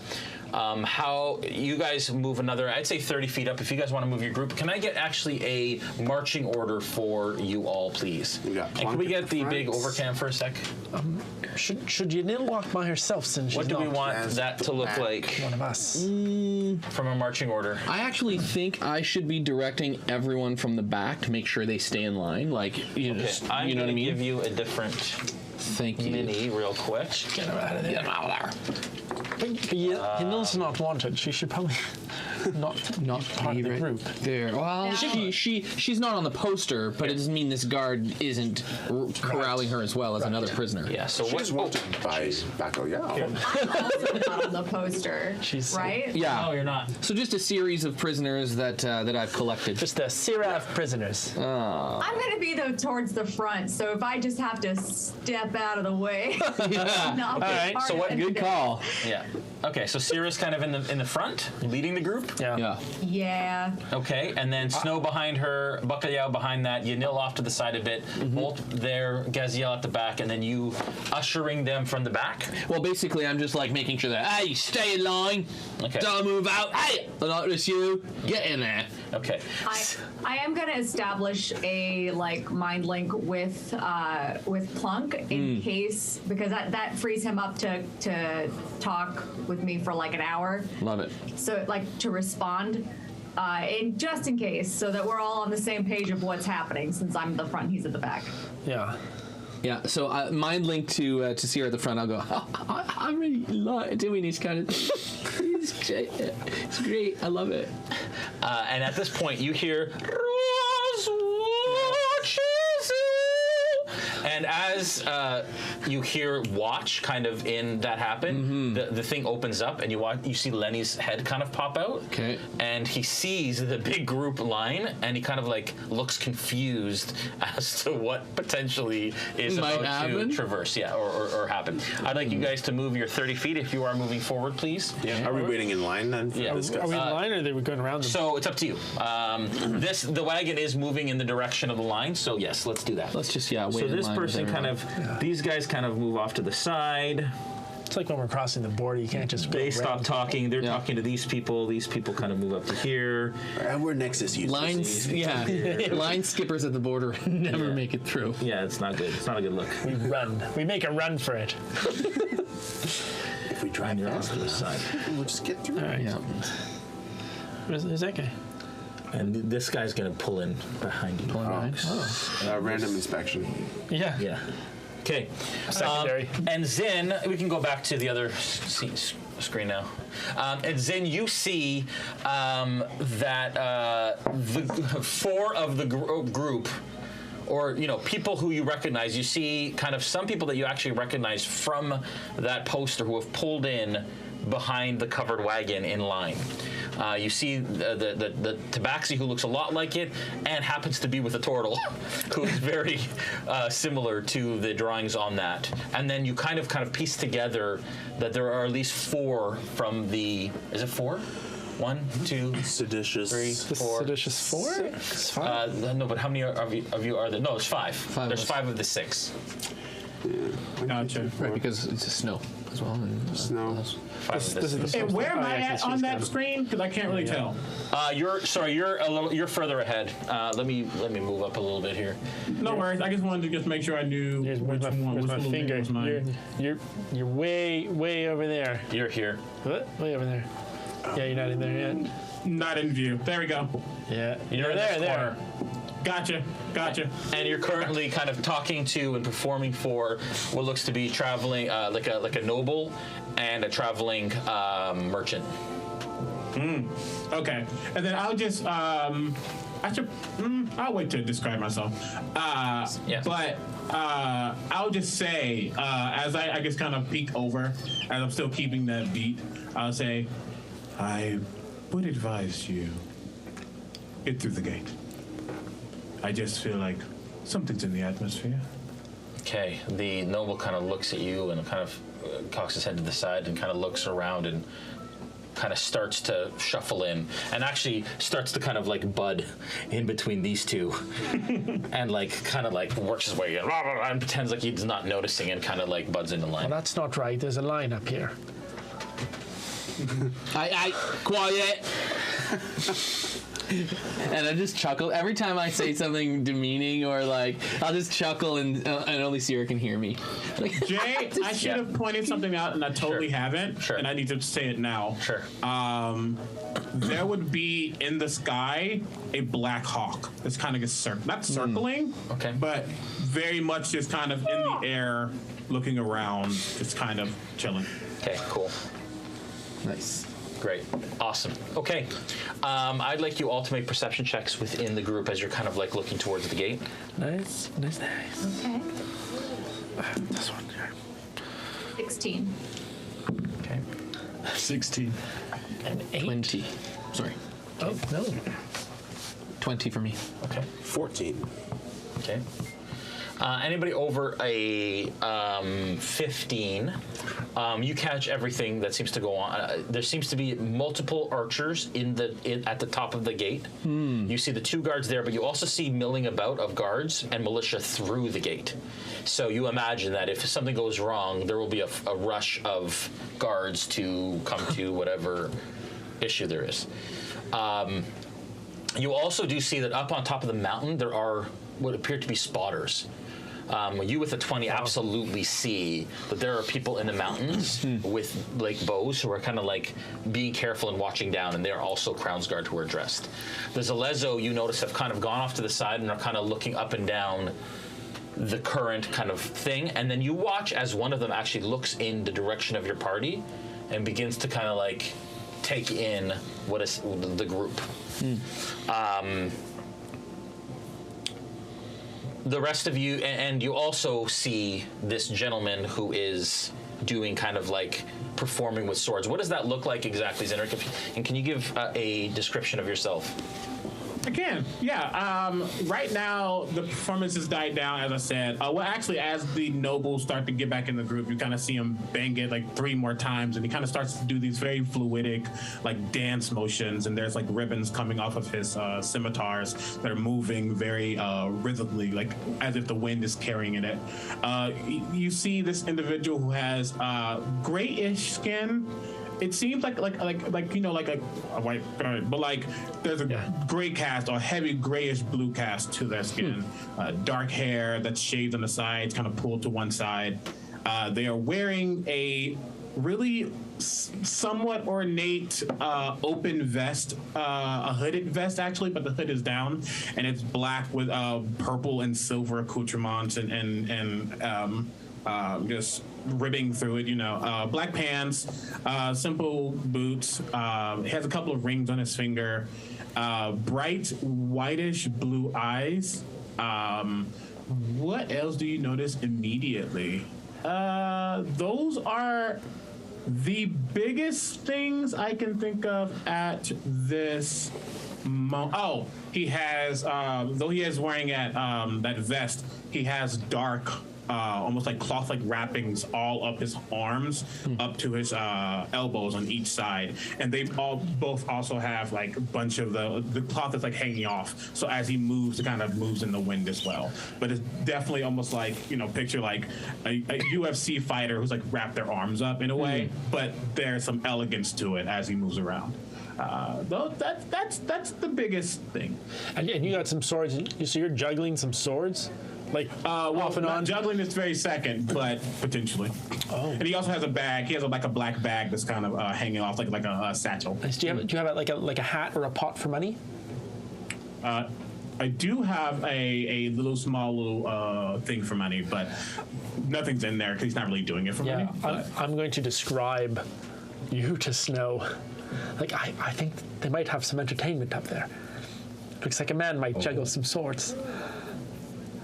I'll tell you when he starts. Well, I can hear some clinking. Is that coming from here? There's a lot of clinking right now, actually. Hey, keep it down up there. Yeah, Snow. All right.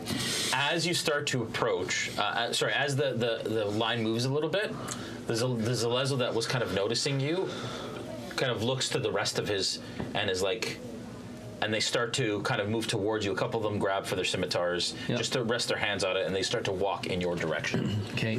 I confidently to the group say, stay on target. And, Stay on target. Sorry. It's great. And they start to kind of move in and they're moving in your direction. They're about 30 feet out from where you are. Okay. What do you want to do? I'll whisper to the group. Really? Sell it. All right. And it would be best if we just didn't say anything. Yeah, I'll wait till they get there. All right. As these Zalezo begin to move down closer to them, it is. I don't think it's noticeable. I can do a roll if you want, but the hawk that's been doing kind of a bigger area is now kind of focusing more in the area above the Zalezo and this group, just kind of trying to make that circle a little smaller. Okay.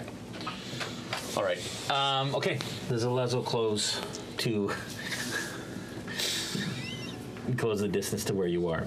As they close, Yanil kind of moves back a little bit and kind of crosses over to this side. You watch as Lenny is now out in front and he's kind of crossed his arms and he's kind of watching what's going on.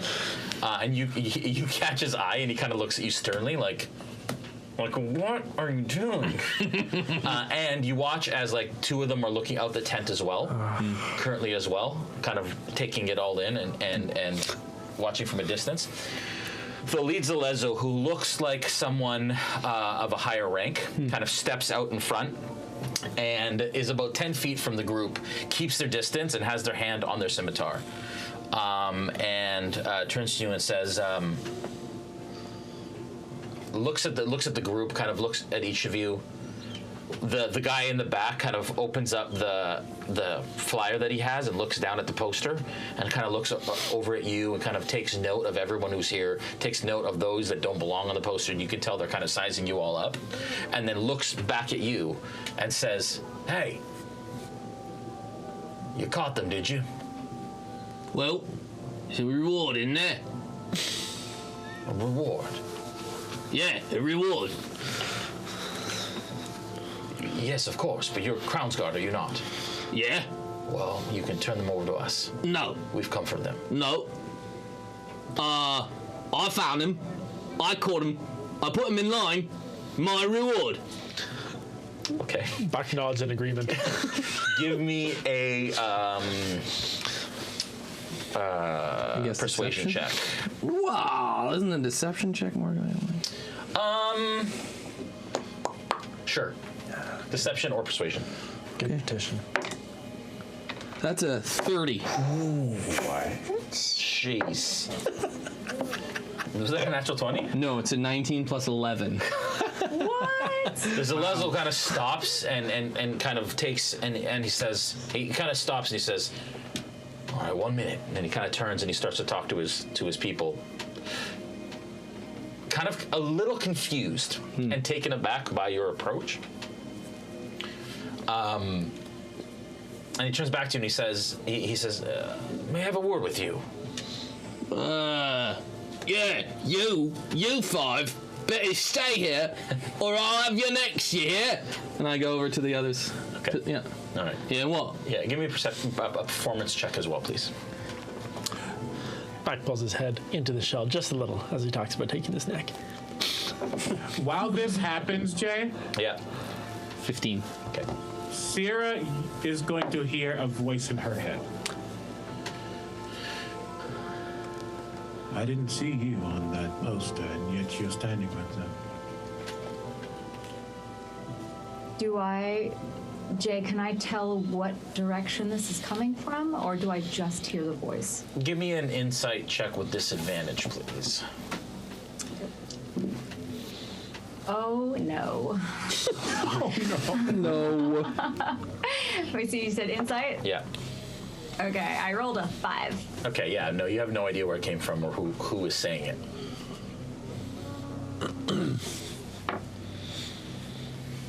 I'm not. I'll just respond. I'm not on that poster. You're right. And yet you are very close to them. I just know the gods. Doesn't matter if you're on the poster or not, you're probably going to go with them if you remain close. I suppose that's my fate, isn't it? I could potentially help, but I'll let your fate play out. Who are you? Listen to the sound of the song of the blade. And I'll look around. And at this point, at this point, you're making it obvious that it's you when she looks over in your direction. Yeah, I mean, but obviously, I'm not nothing. My mouth isn't moving, anything like that. I'm just chilling, still nodding to people. Yeah, but definitely looking in the direction. Yeah, and you hear the sound of kind of whirring blades, and as you look over, you notice, and you put 2 and 2 together. Why would you want to help? Sometimes it's fun to back the wrong side, according to the Empire. Okay. As you say that, Plunk, you kind of step out and you start towards them. Mm-hmm. As you kind of cross, you clearly hear the sound of like leather being tightened in a fist, and you can see Gaziel has her hand on her warhammer, and she kind of like is tightening in kind of anticipation of what might happen. Okay, I'll turn to her, having noticed this. And I point to her blade and I go, and off your sword! Okay. It's a hammer, but yeah. That thing! And she kind of like loosens it like this, and she kind of looks at you really sternly in your eyes, like she doesn't like this. Yeah, fair enough. Okay, so you approach the individual, and he kind of like pulls you over and he goes, all right, so let me understand this. You're looking for a reward? Are you not a high-ranking Crownsguard? Is it not your responsibility just to take him in? We are here at the gate. This is still Menagerie Coast territory. We have a loose understanding, our factions do. I thought perhaps you would abide by that, but it sounds like we'll have a bigger issue than we expected. And he sounds intimidated. Like he sounds like he's backed down a little bit and almost like scared to be speaking to you like this. And I respond to him. Listen, I've got orders of my own. You take care of yours, I take care of mine. Okay. Persuasion on that.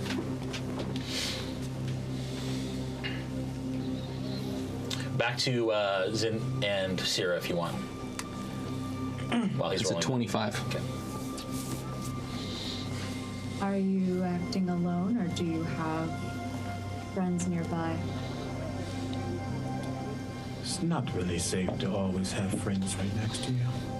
I'm a bit of a solo artist, if you will. I don't need the metaphorical backup.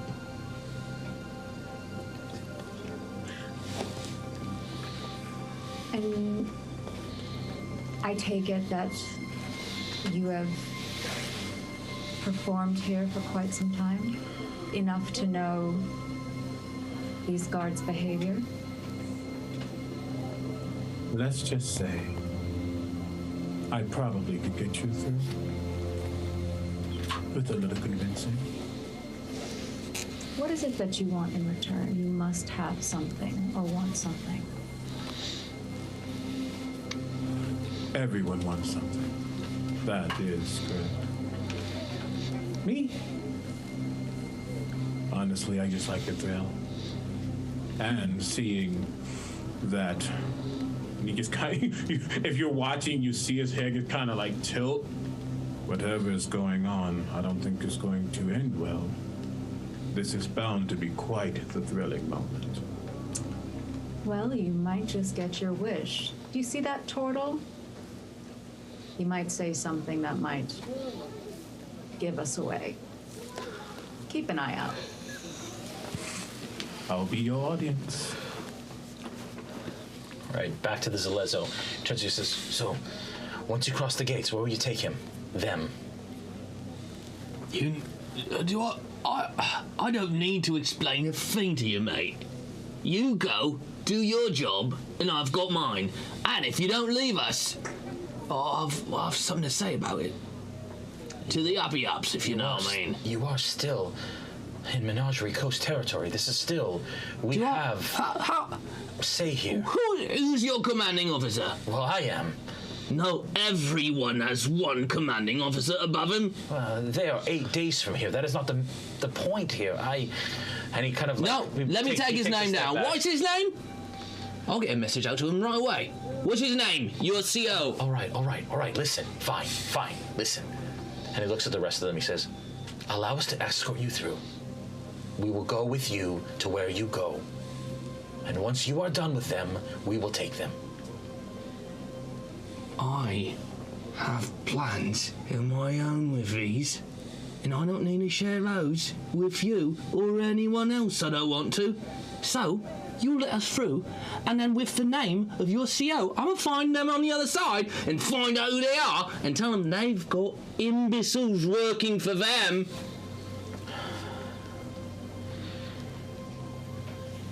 Okay, he kind of like steps back for a second, and he says, all right, let me just, fine, just stay here. And he kind of turns around and they start having a conversation again. All right, these go through the gate, they step up, these go through the gate during all this conversation. And we're down to those ones, and you guys can move yourselves up. Actually, you know what, even these go through the gate. That was a lot of conversation. So you guys are 3 from the gate. Yeah.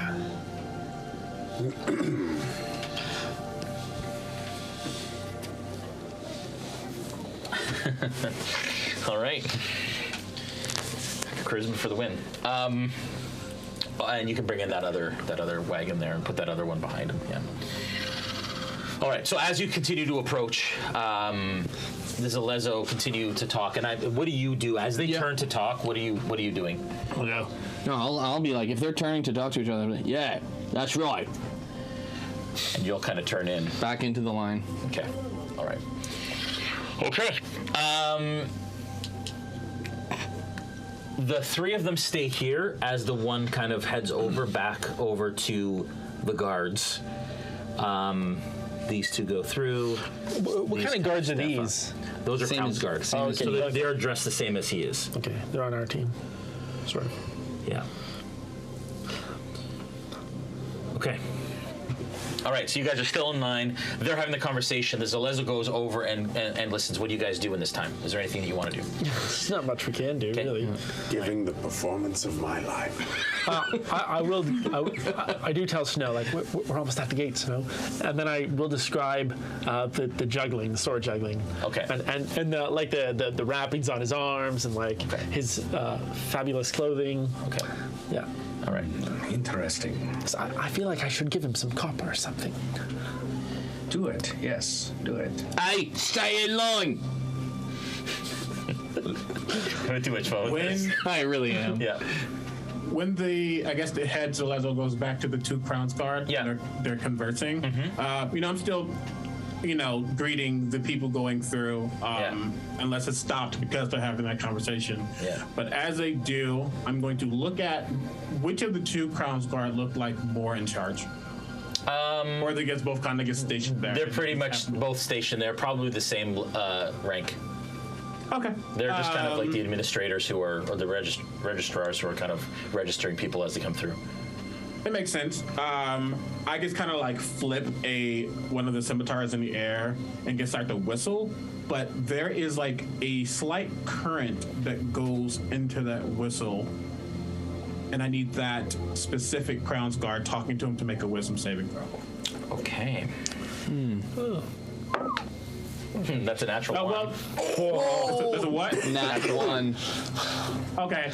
Actually, he didn't even need to make the saving throw. I apologize. Okay. Because I'm just getting surface thoughts. I'm casting detect thoughts. Okay. To see what they are thinking about as this individual, as this legend tells them what just happened. Yeah. Just so I can know what's going on. Yep. Concern. You also get the sense of anxiety and confusion. Doesn't seem like they are potentially going to act out because of this information. It's just very confused at the situation as a whole. Yeah, just not necessarily know which way to go. Gotcha. Like they're obviously between a rock and a hard place. They're indecisive. And I can. They're between a rock and a rock. Then I will note that. Yeah. And I won't push you, so don't worry about that saving throw. Okay.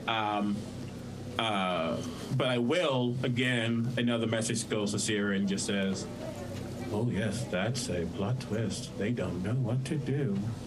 I'm curious to see how this plays out myself.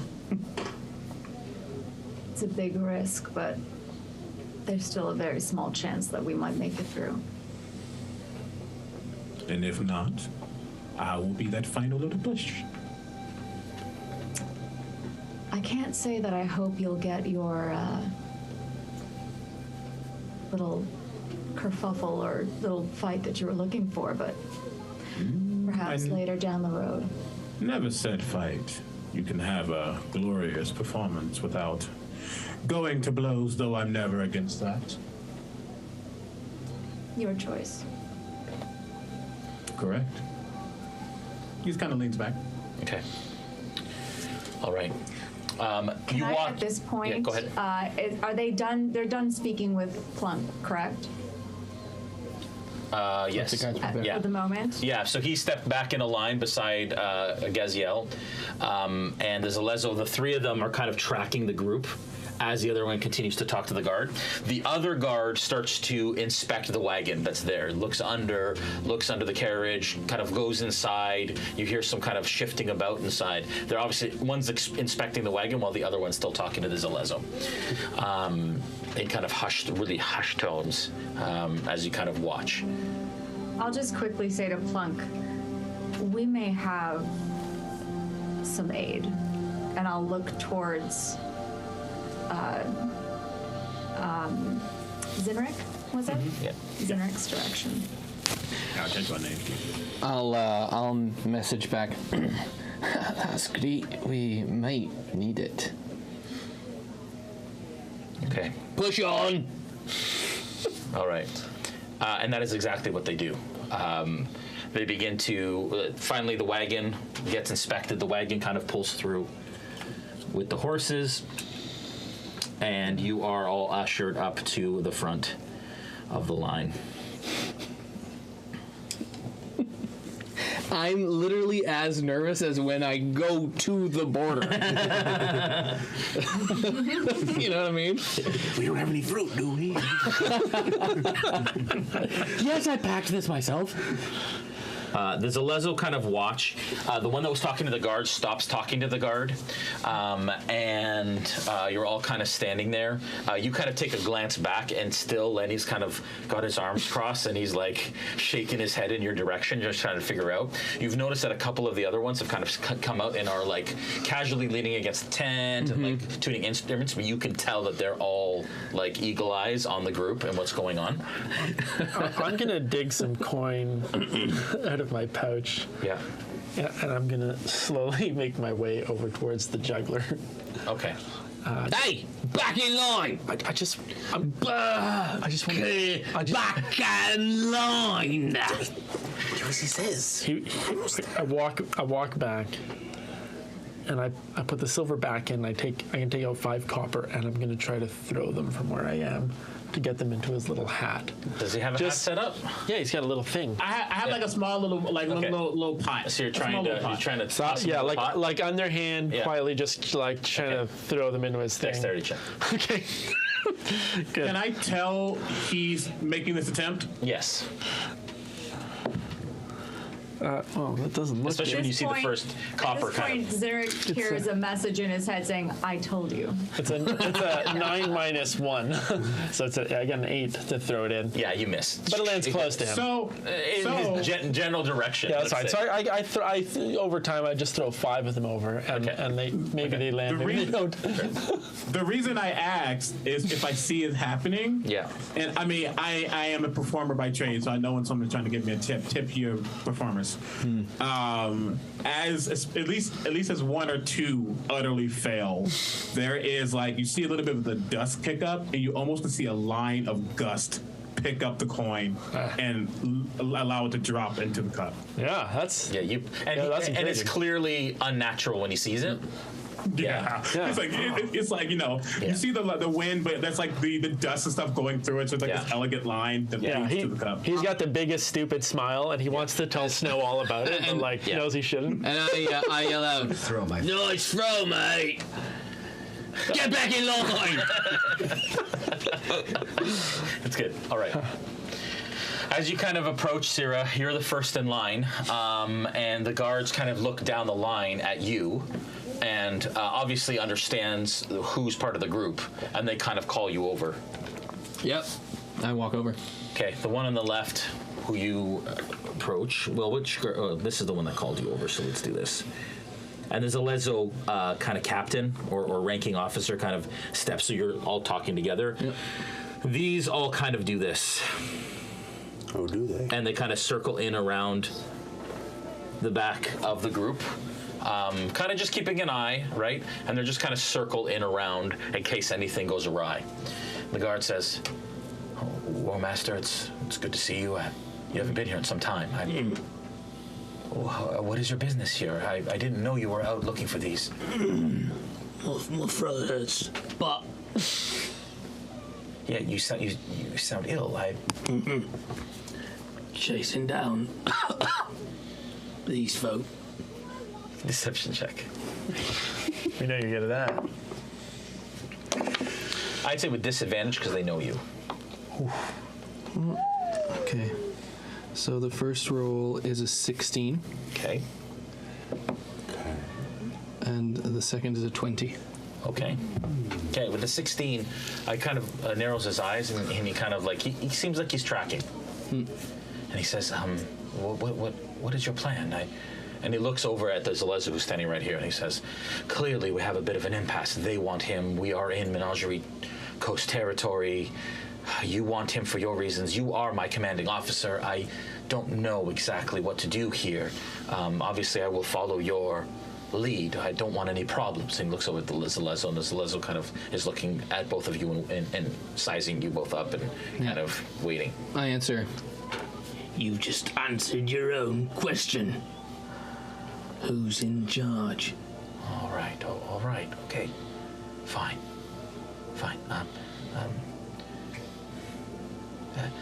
Sorry, War Master, I need to see your writ, please. I hate to ask you for your papers, but those are the rules, please. My writ? Yes. You're asking me for my writ? Yes. Well, yes, War Master. I must. No. You know what you're gonna do? You're gonna give me your papers right now. I don't have a writ. Go get your papers. I don't have papers. Are you not following my commands right now in front of all these people? I am. You commanded me to show everybody to get a writ from everyone who passes. Go get your papers. Yes. Bring them back here, and then when I get them, you know what I'll do? I'll put them in this tiny little fire here. I'm gonna build right here, and I'm gonna burn them for everyone to see. You want that to happen? Intimidation check. I can't believe the likes of you, mate. Natural 20. He says, all right, fine. Open the gate. And the portcullis begins to open so that you can all kind of pass through.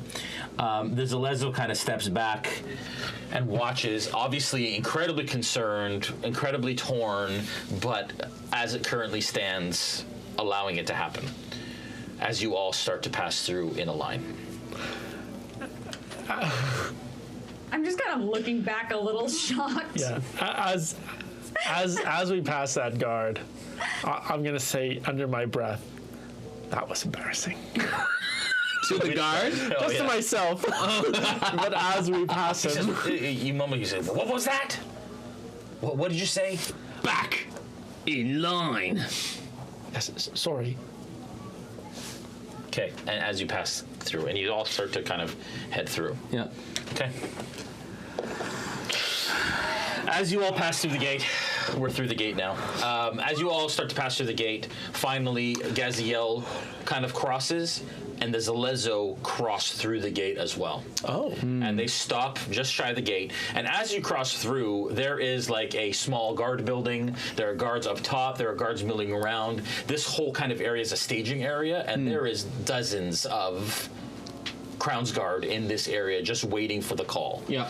And there's like ladders leading up to the gate and the walls, and it's all busy on this side. As you cross, you see that the gorge immediately opens up. In the very, very, very, very, very, very, very distant, you see that there's a kind of the beginning of forest that is on top of the gorge on this side and kind of leads out through. And you know, those that have been in the Empire before, that there is that the Serene Green Forest starts kind of on the gorge, and then kind of slowly they meet with the ground, and then it becomes the largest forest within the within Wildemount. Hey Jay. Yep. As the group goes through, including the Zalezo, I just kind of wait for a moment, and then I'm going to start to go through, and I'll talk to one of the Crown's Guard, and I'll say, "Well then, I'll be here next week. I'll bring those meat pies you like." Oh, I much enjoy those. Thank you, and thank you for it was quite the day and for entertaining us. It was very, very interesting. Until next time, and I'll just kind of and I move faster than I should. Yeah. And I get through the gate. Okay. Yeah, it doesn't look like I'm running. I have a brisk test. Yeah. So you slip through the gate. The gate closes behind you, and you kind of slip in as it's closing with the rest of the group, and you find yourself right behind the four Zalezo who kind of stand on the other side of the gate and are kind of watching the group as you all kind of congregate on the other side. Yeah. What do you all do? So I can see these guards are still behind us. Yeah. They've now crossed into the Dwendalian Empire. Yeah. You don't know this. Give me a history check. Okay. Not my strongest skill. And everyone with who is from the Empire, if you can give me a it's a 17. Check. A what check? History.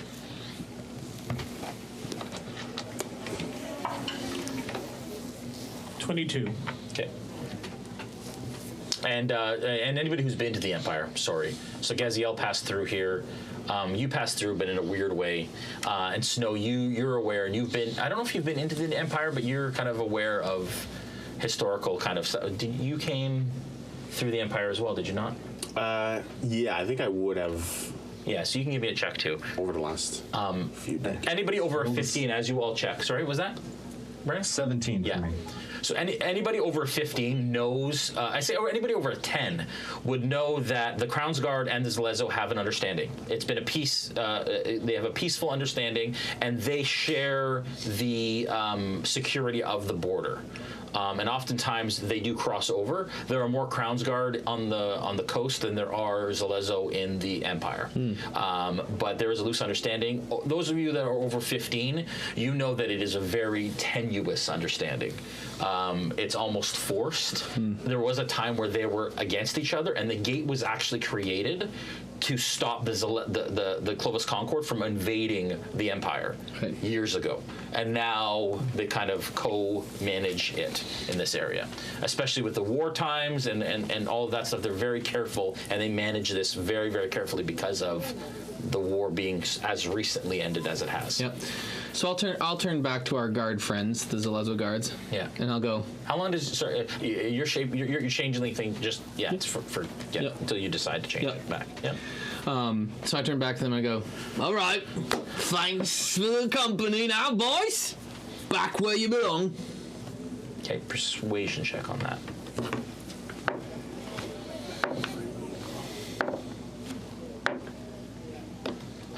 That's a 29. Okay. Ooh, jeez.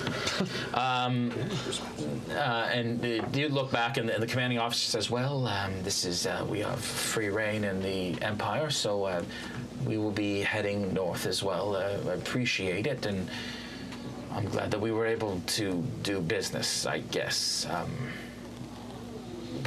Thank you."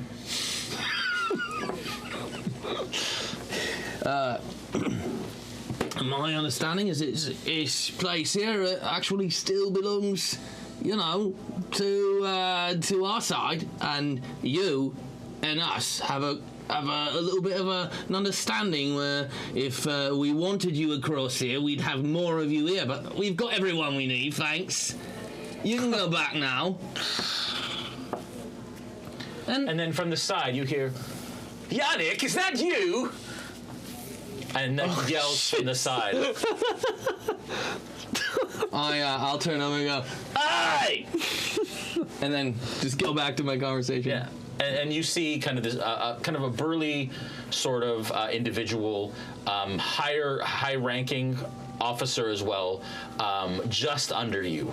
If you were a captain, it'd be a lieutenant. So just under you, and kind of runs up to you and says, "Well, it's good to see you back. It's been some time. Well, where'd you go? Everybody's been looking for you." Business. What kind of business? Is that any of your business?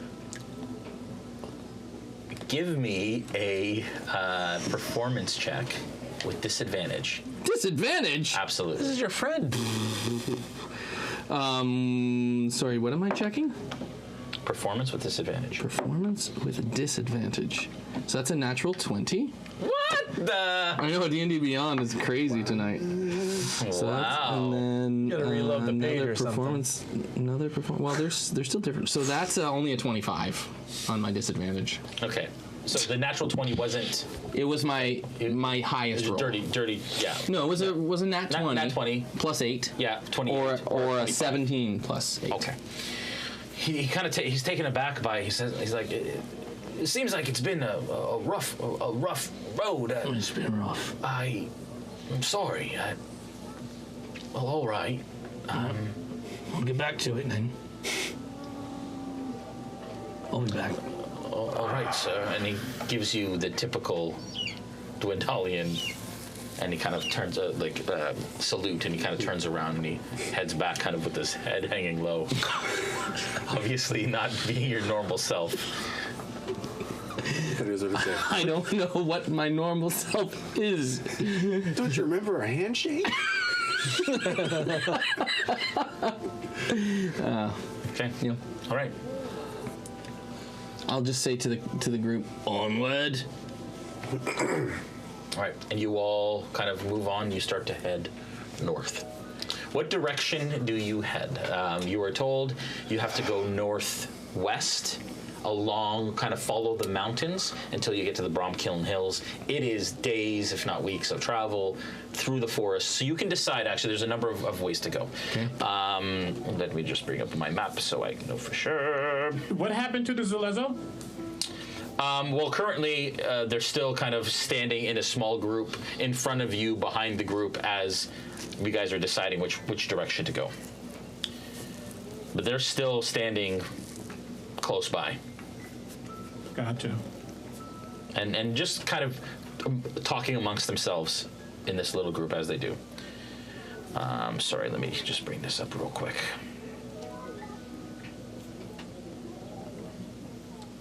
Well, that went smoothly.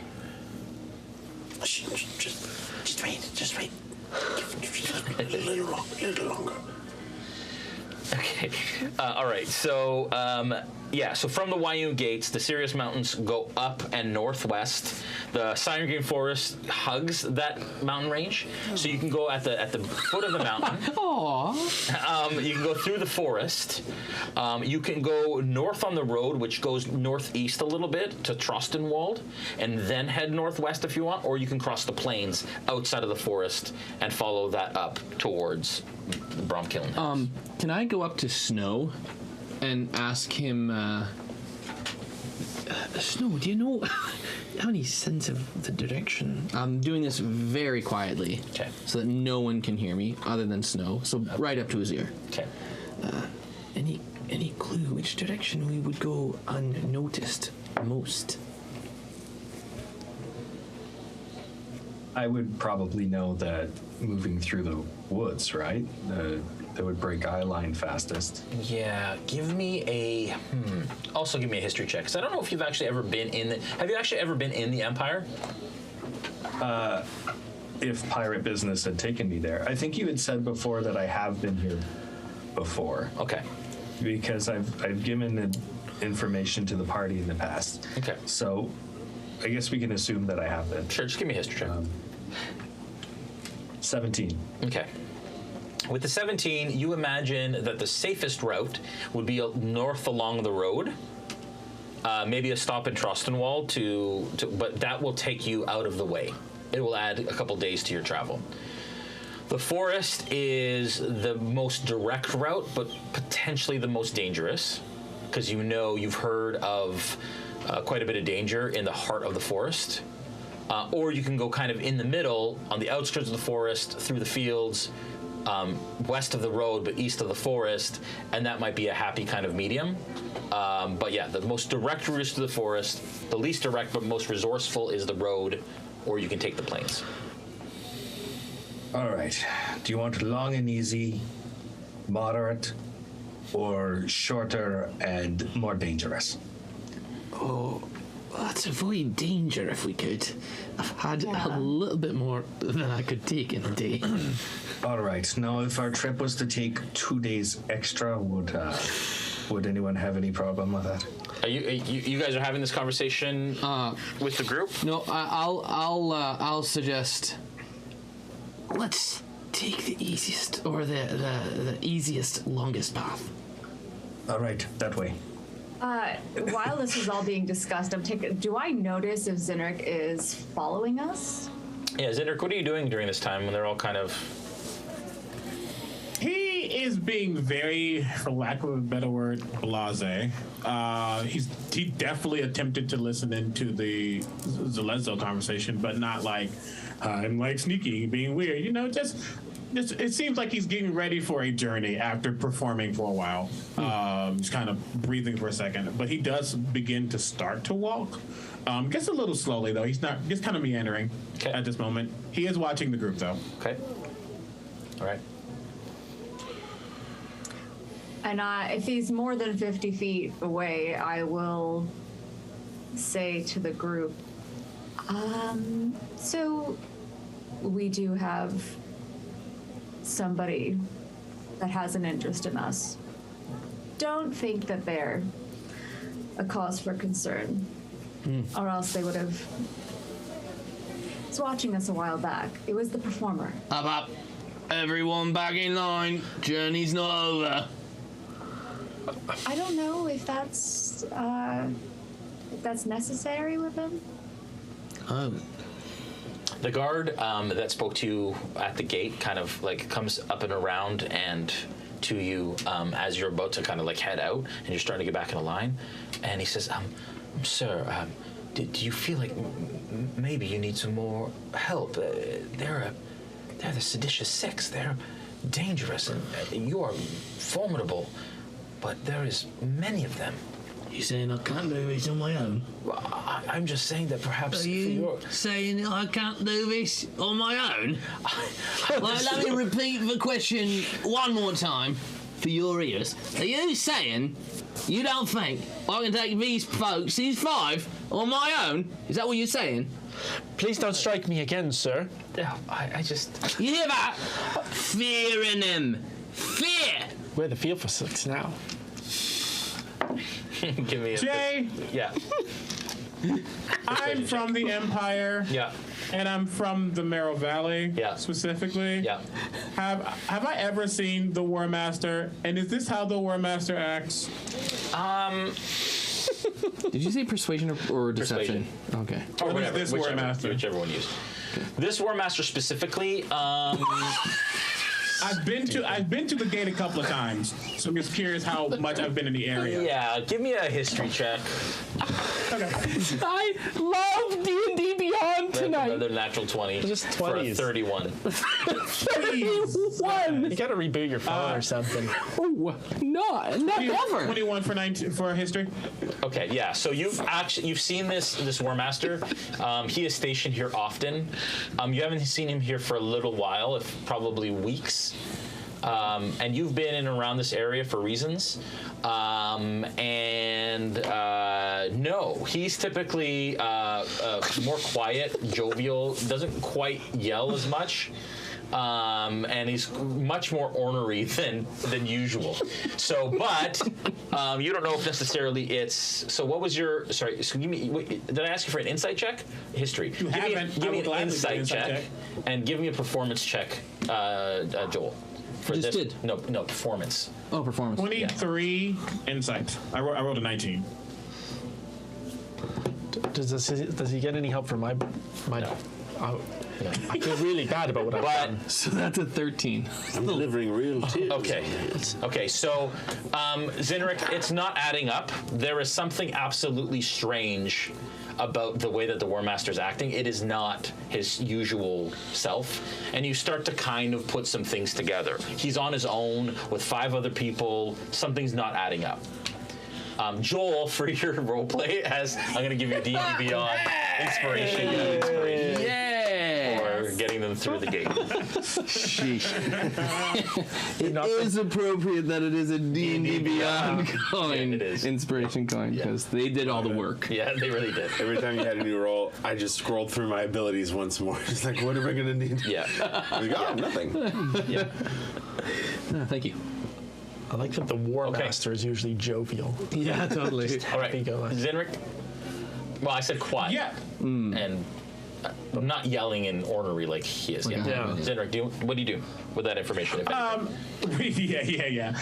It's kind of, as I'm starting to meander, I'm going to see Sierra again, just because he's the one I've had a contact with thus far. I'll just say, I don't know what performance is happening right now. I have a camp if you need a place to lay low, but I would advise you leave as soon as possible. Even the best faces can crack, and that one is starting to. And as he says that, Sierra, as you kind of look around, you do see some people on the wall kind of taking note of the party and kind of talking amongst themselves, like they're gossiping about the Seditious Six and like about the War Master. And then you kind of look over at the jovial, kind of bigger Crown's Guard who is standing off to the side, and he's kind of talking, and he's like, I don't know what's going on. So, like, there's a general sort of, murmur occurring that kind of backs up what Zin just said. Can we all? And just notice one this last kind thing, I'm just going to note that I'm going to pass the group. Slowly still. Okay. Not like, slowly like slow down next to him. Yeah. But I am going to intentionally pass the group, but saying that to Sierra, saying, I have a place if you need a place to go. What direction is your camp? My camp is, hold on. It's to the north, correct? Northwest. Yeah.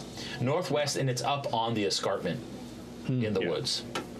Overlooking the gate and kind of surrounding area. Up to the north, to the west, a little higher up, but not far from here. I think we're going to have to take you up on that. And as soon as I say that, I'm going to immediately relay to Plunk, like, change of plans.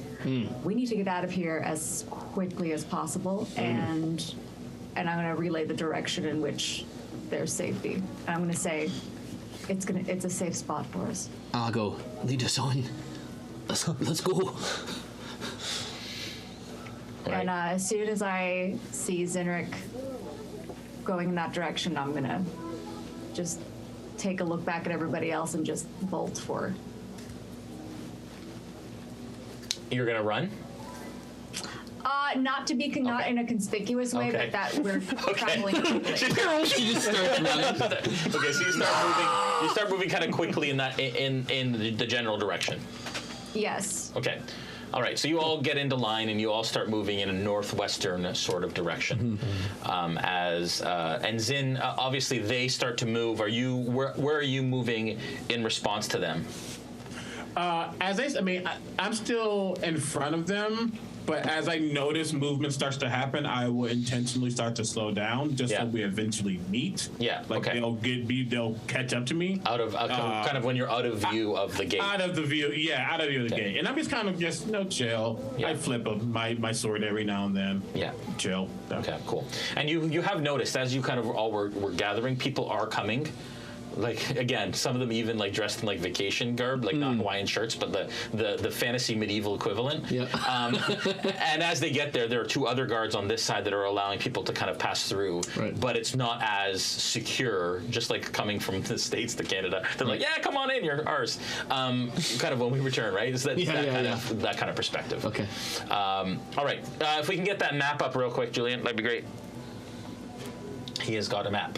So just to give you an idea of where we're going. So we have, it's a little stretched there, but we have the Siren Green Forest on the left, along just to the right of the Sirius Mountains. And then you see that, Bromkiln Hills are just northwest of that, and then Comorta is northwest of that. Trustenwald, you can see where that is, near the bottom. Right by... right beside, you can see where Trustenwald is. So if you guys want to take the easiest route, it's not quite as east as that because again it's stretched, but it's Trustenwald is just northeast, and then you'd have to come back west. But that is the closest settlement. Okay. On that map, where is my little camp? Just so I know. It's actually not on that map. It's actually quite a bit. But south I know it's not on the map, but I'm asking like where in the area. Yeah. So your map is literally your camp is literally just on the other side of the gates, up on the escarpment. Probably, I'd say like 10 miles northwest of the gate, up on the escarpment. Okay. Okay. So that's probably like an hour or so. That's net. Yeah. All right. Cool. Okay. All right. You all start to head in that direction. It is still kind of like the end of summer here, so the heat kind of comes in, and there's like a nice breeze that kind of the tall grass of the fields that you see, and you start up the road towards Trustenwald. That is the direction you're heading, or are you headed to your camp first? Wherever Zenrik will take us, yeah. Okay, so Zin, you're taking them to your camp? Yep. Okay, so you start to head northwest towards the escarpment, away from the gate. Obviously feeling the pressure and the fear of passing the gate, realizing and breathing in deep that you actually made it, kind of surprised to yourselves that you were actually able to pull that off. And Gaziel still trails back. And who is behind her? Whoever's walking with her. She was the end. She was kind of at the end. Who's traveling in the back of the party at this point? Well, I was still technically at the back, but okay. Yeah. So you hear for the first time her hands kind of rest off the hilt of her warhammer, and you hear her say, "Not yet, not yet." And that is where we're going to end the session for this evening. Not yet. Not yet. But not yet. Thank you, everyone, for joining us for the season premiere of Season 3 of Tides of Wildemount. We have 12 episodes. Very excited. 3 months or so. We'll probably end around mid-April based on all the travel and stuff that is occurring in the coming months. We're very excited about. Again, thank you so much to Last Game Board for sponsoring this session, as well as our title sponsors for the entirety of the campaign. Those people, Hero Forge and Sirenscape. To pull those in. There they are. Make sure you tune in Wednesday night, 8 p.m. for Satine Phoenix and Omega Jones playing Vlania and Human for Champions of the Realm. It is a great show. We're very, very proud of it. Working very hard to get it out to you. Joel is busting his butt. And if you haven't watched Matt and Nora's episode, go back and watch episode 1 before the next one. She's wearing her jersey, and I love it. Yeah, it's Thank so you good. I didn't find mine. I'm sorry. I think I might have left it. Like, for real, I think I might have left. I was like, I don't see it. I don't know where it's at. So I got to look harder. We'll get you another one. Yep. We know a guy. All right, you guys have a wonderful night. Take care of each other. If you liked what you saw here, consider hitting that bell icon and subscribing on YouTube so that you'll know every time we go live. And join the Patreon. And join the Patreon because things are moving. And if you want to be a part of this world and potentially meet the party in the near future, spoiler warning, hint, hint, make sure that you join the Patreon and get on the Discord. Love you all. Have a good night. Bye. Bye. Also, bye.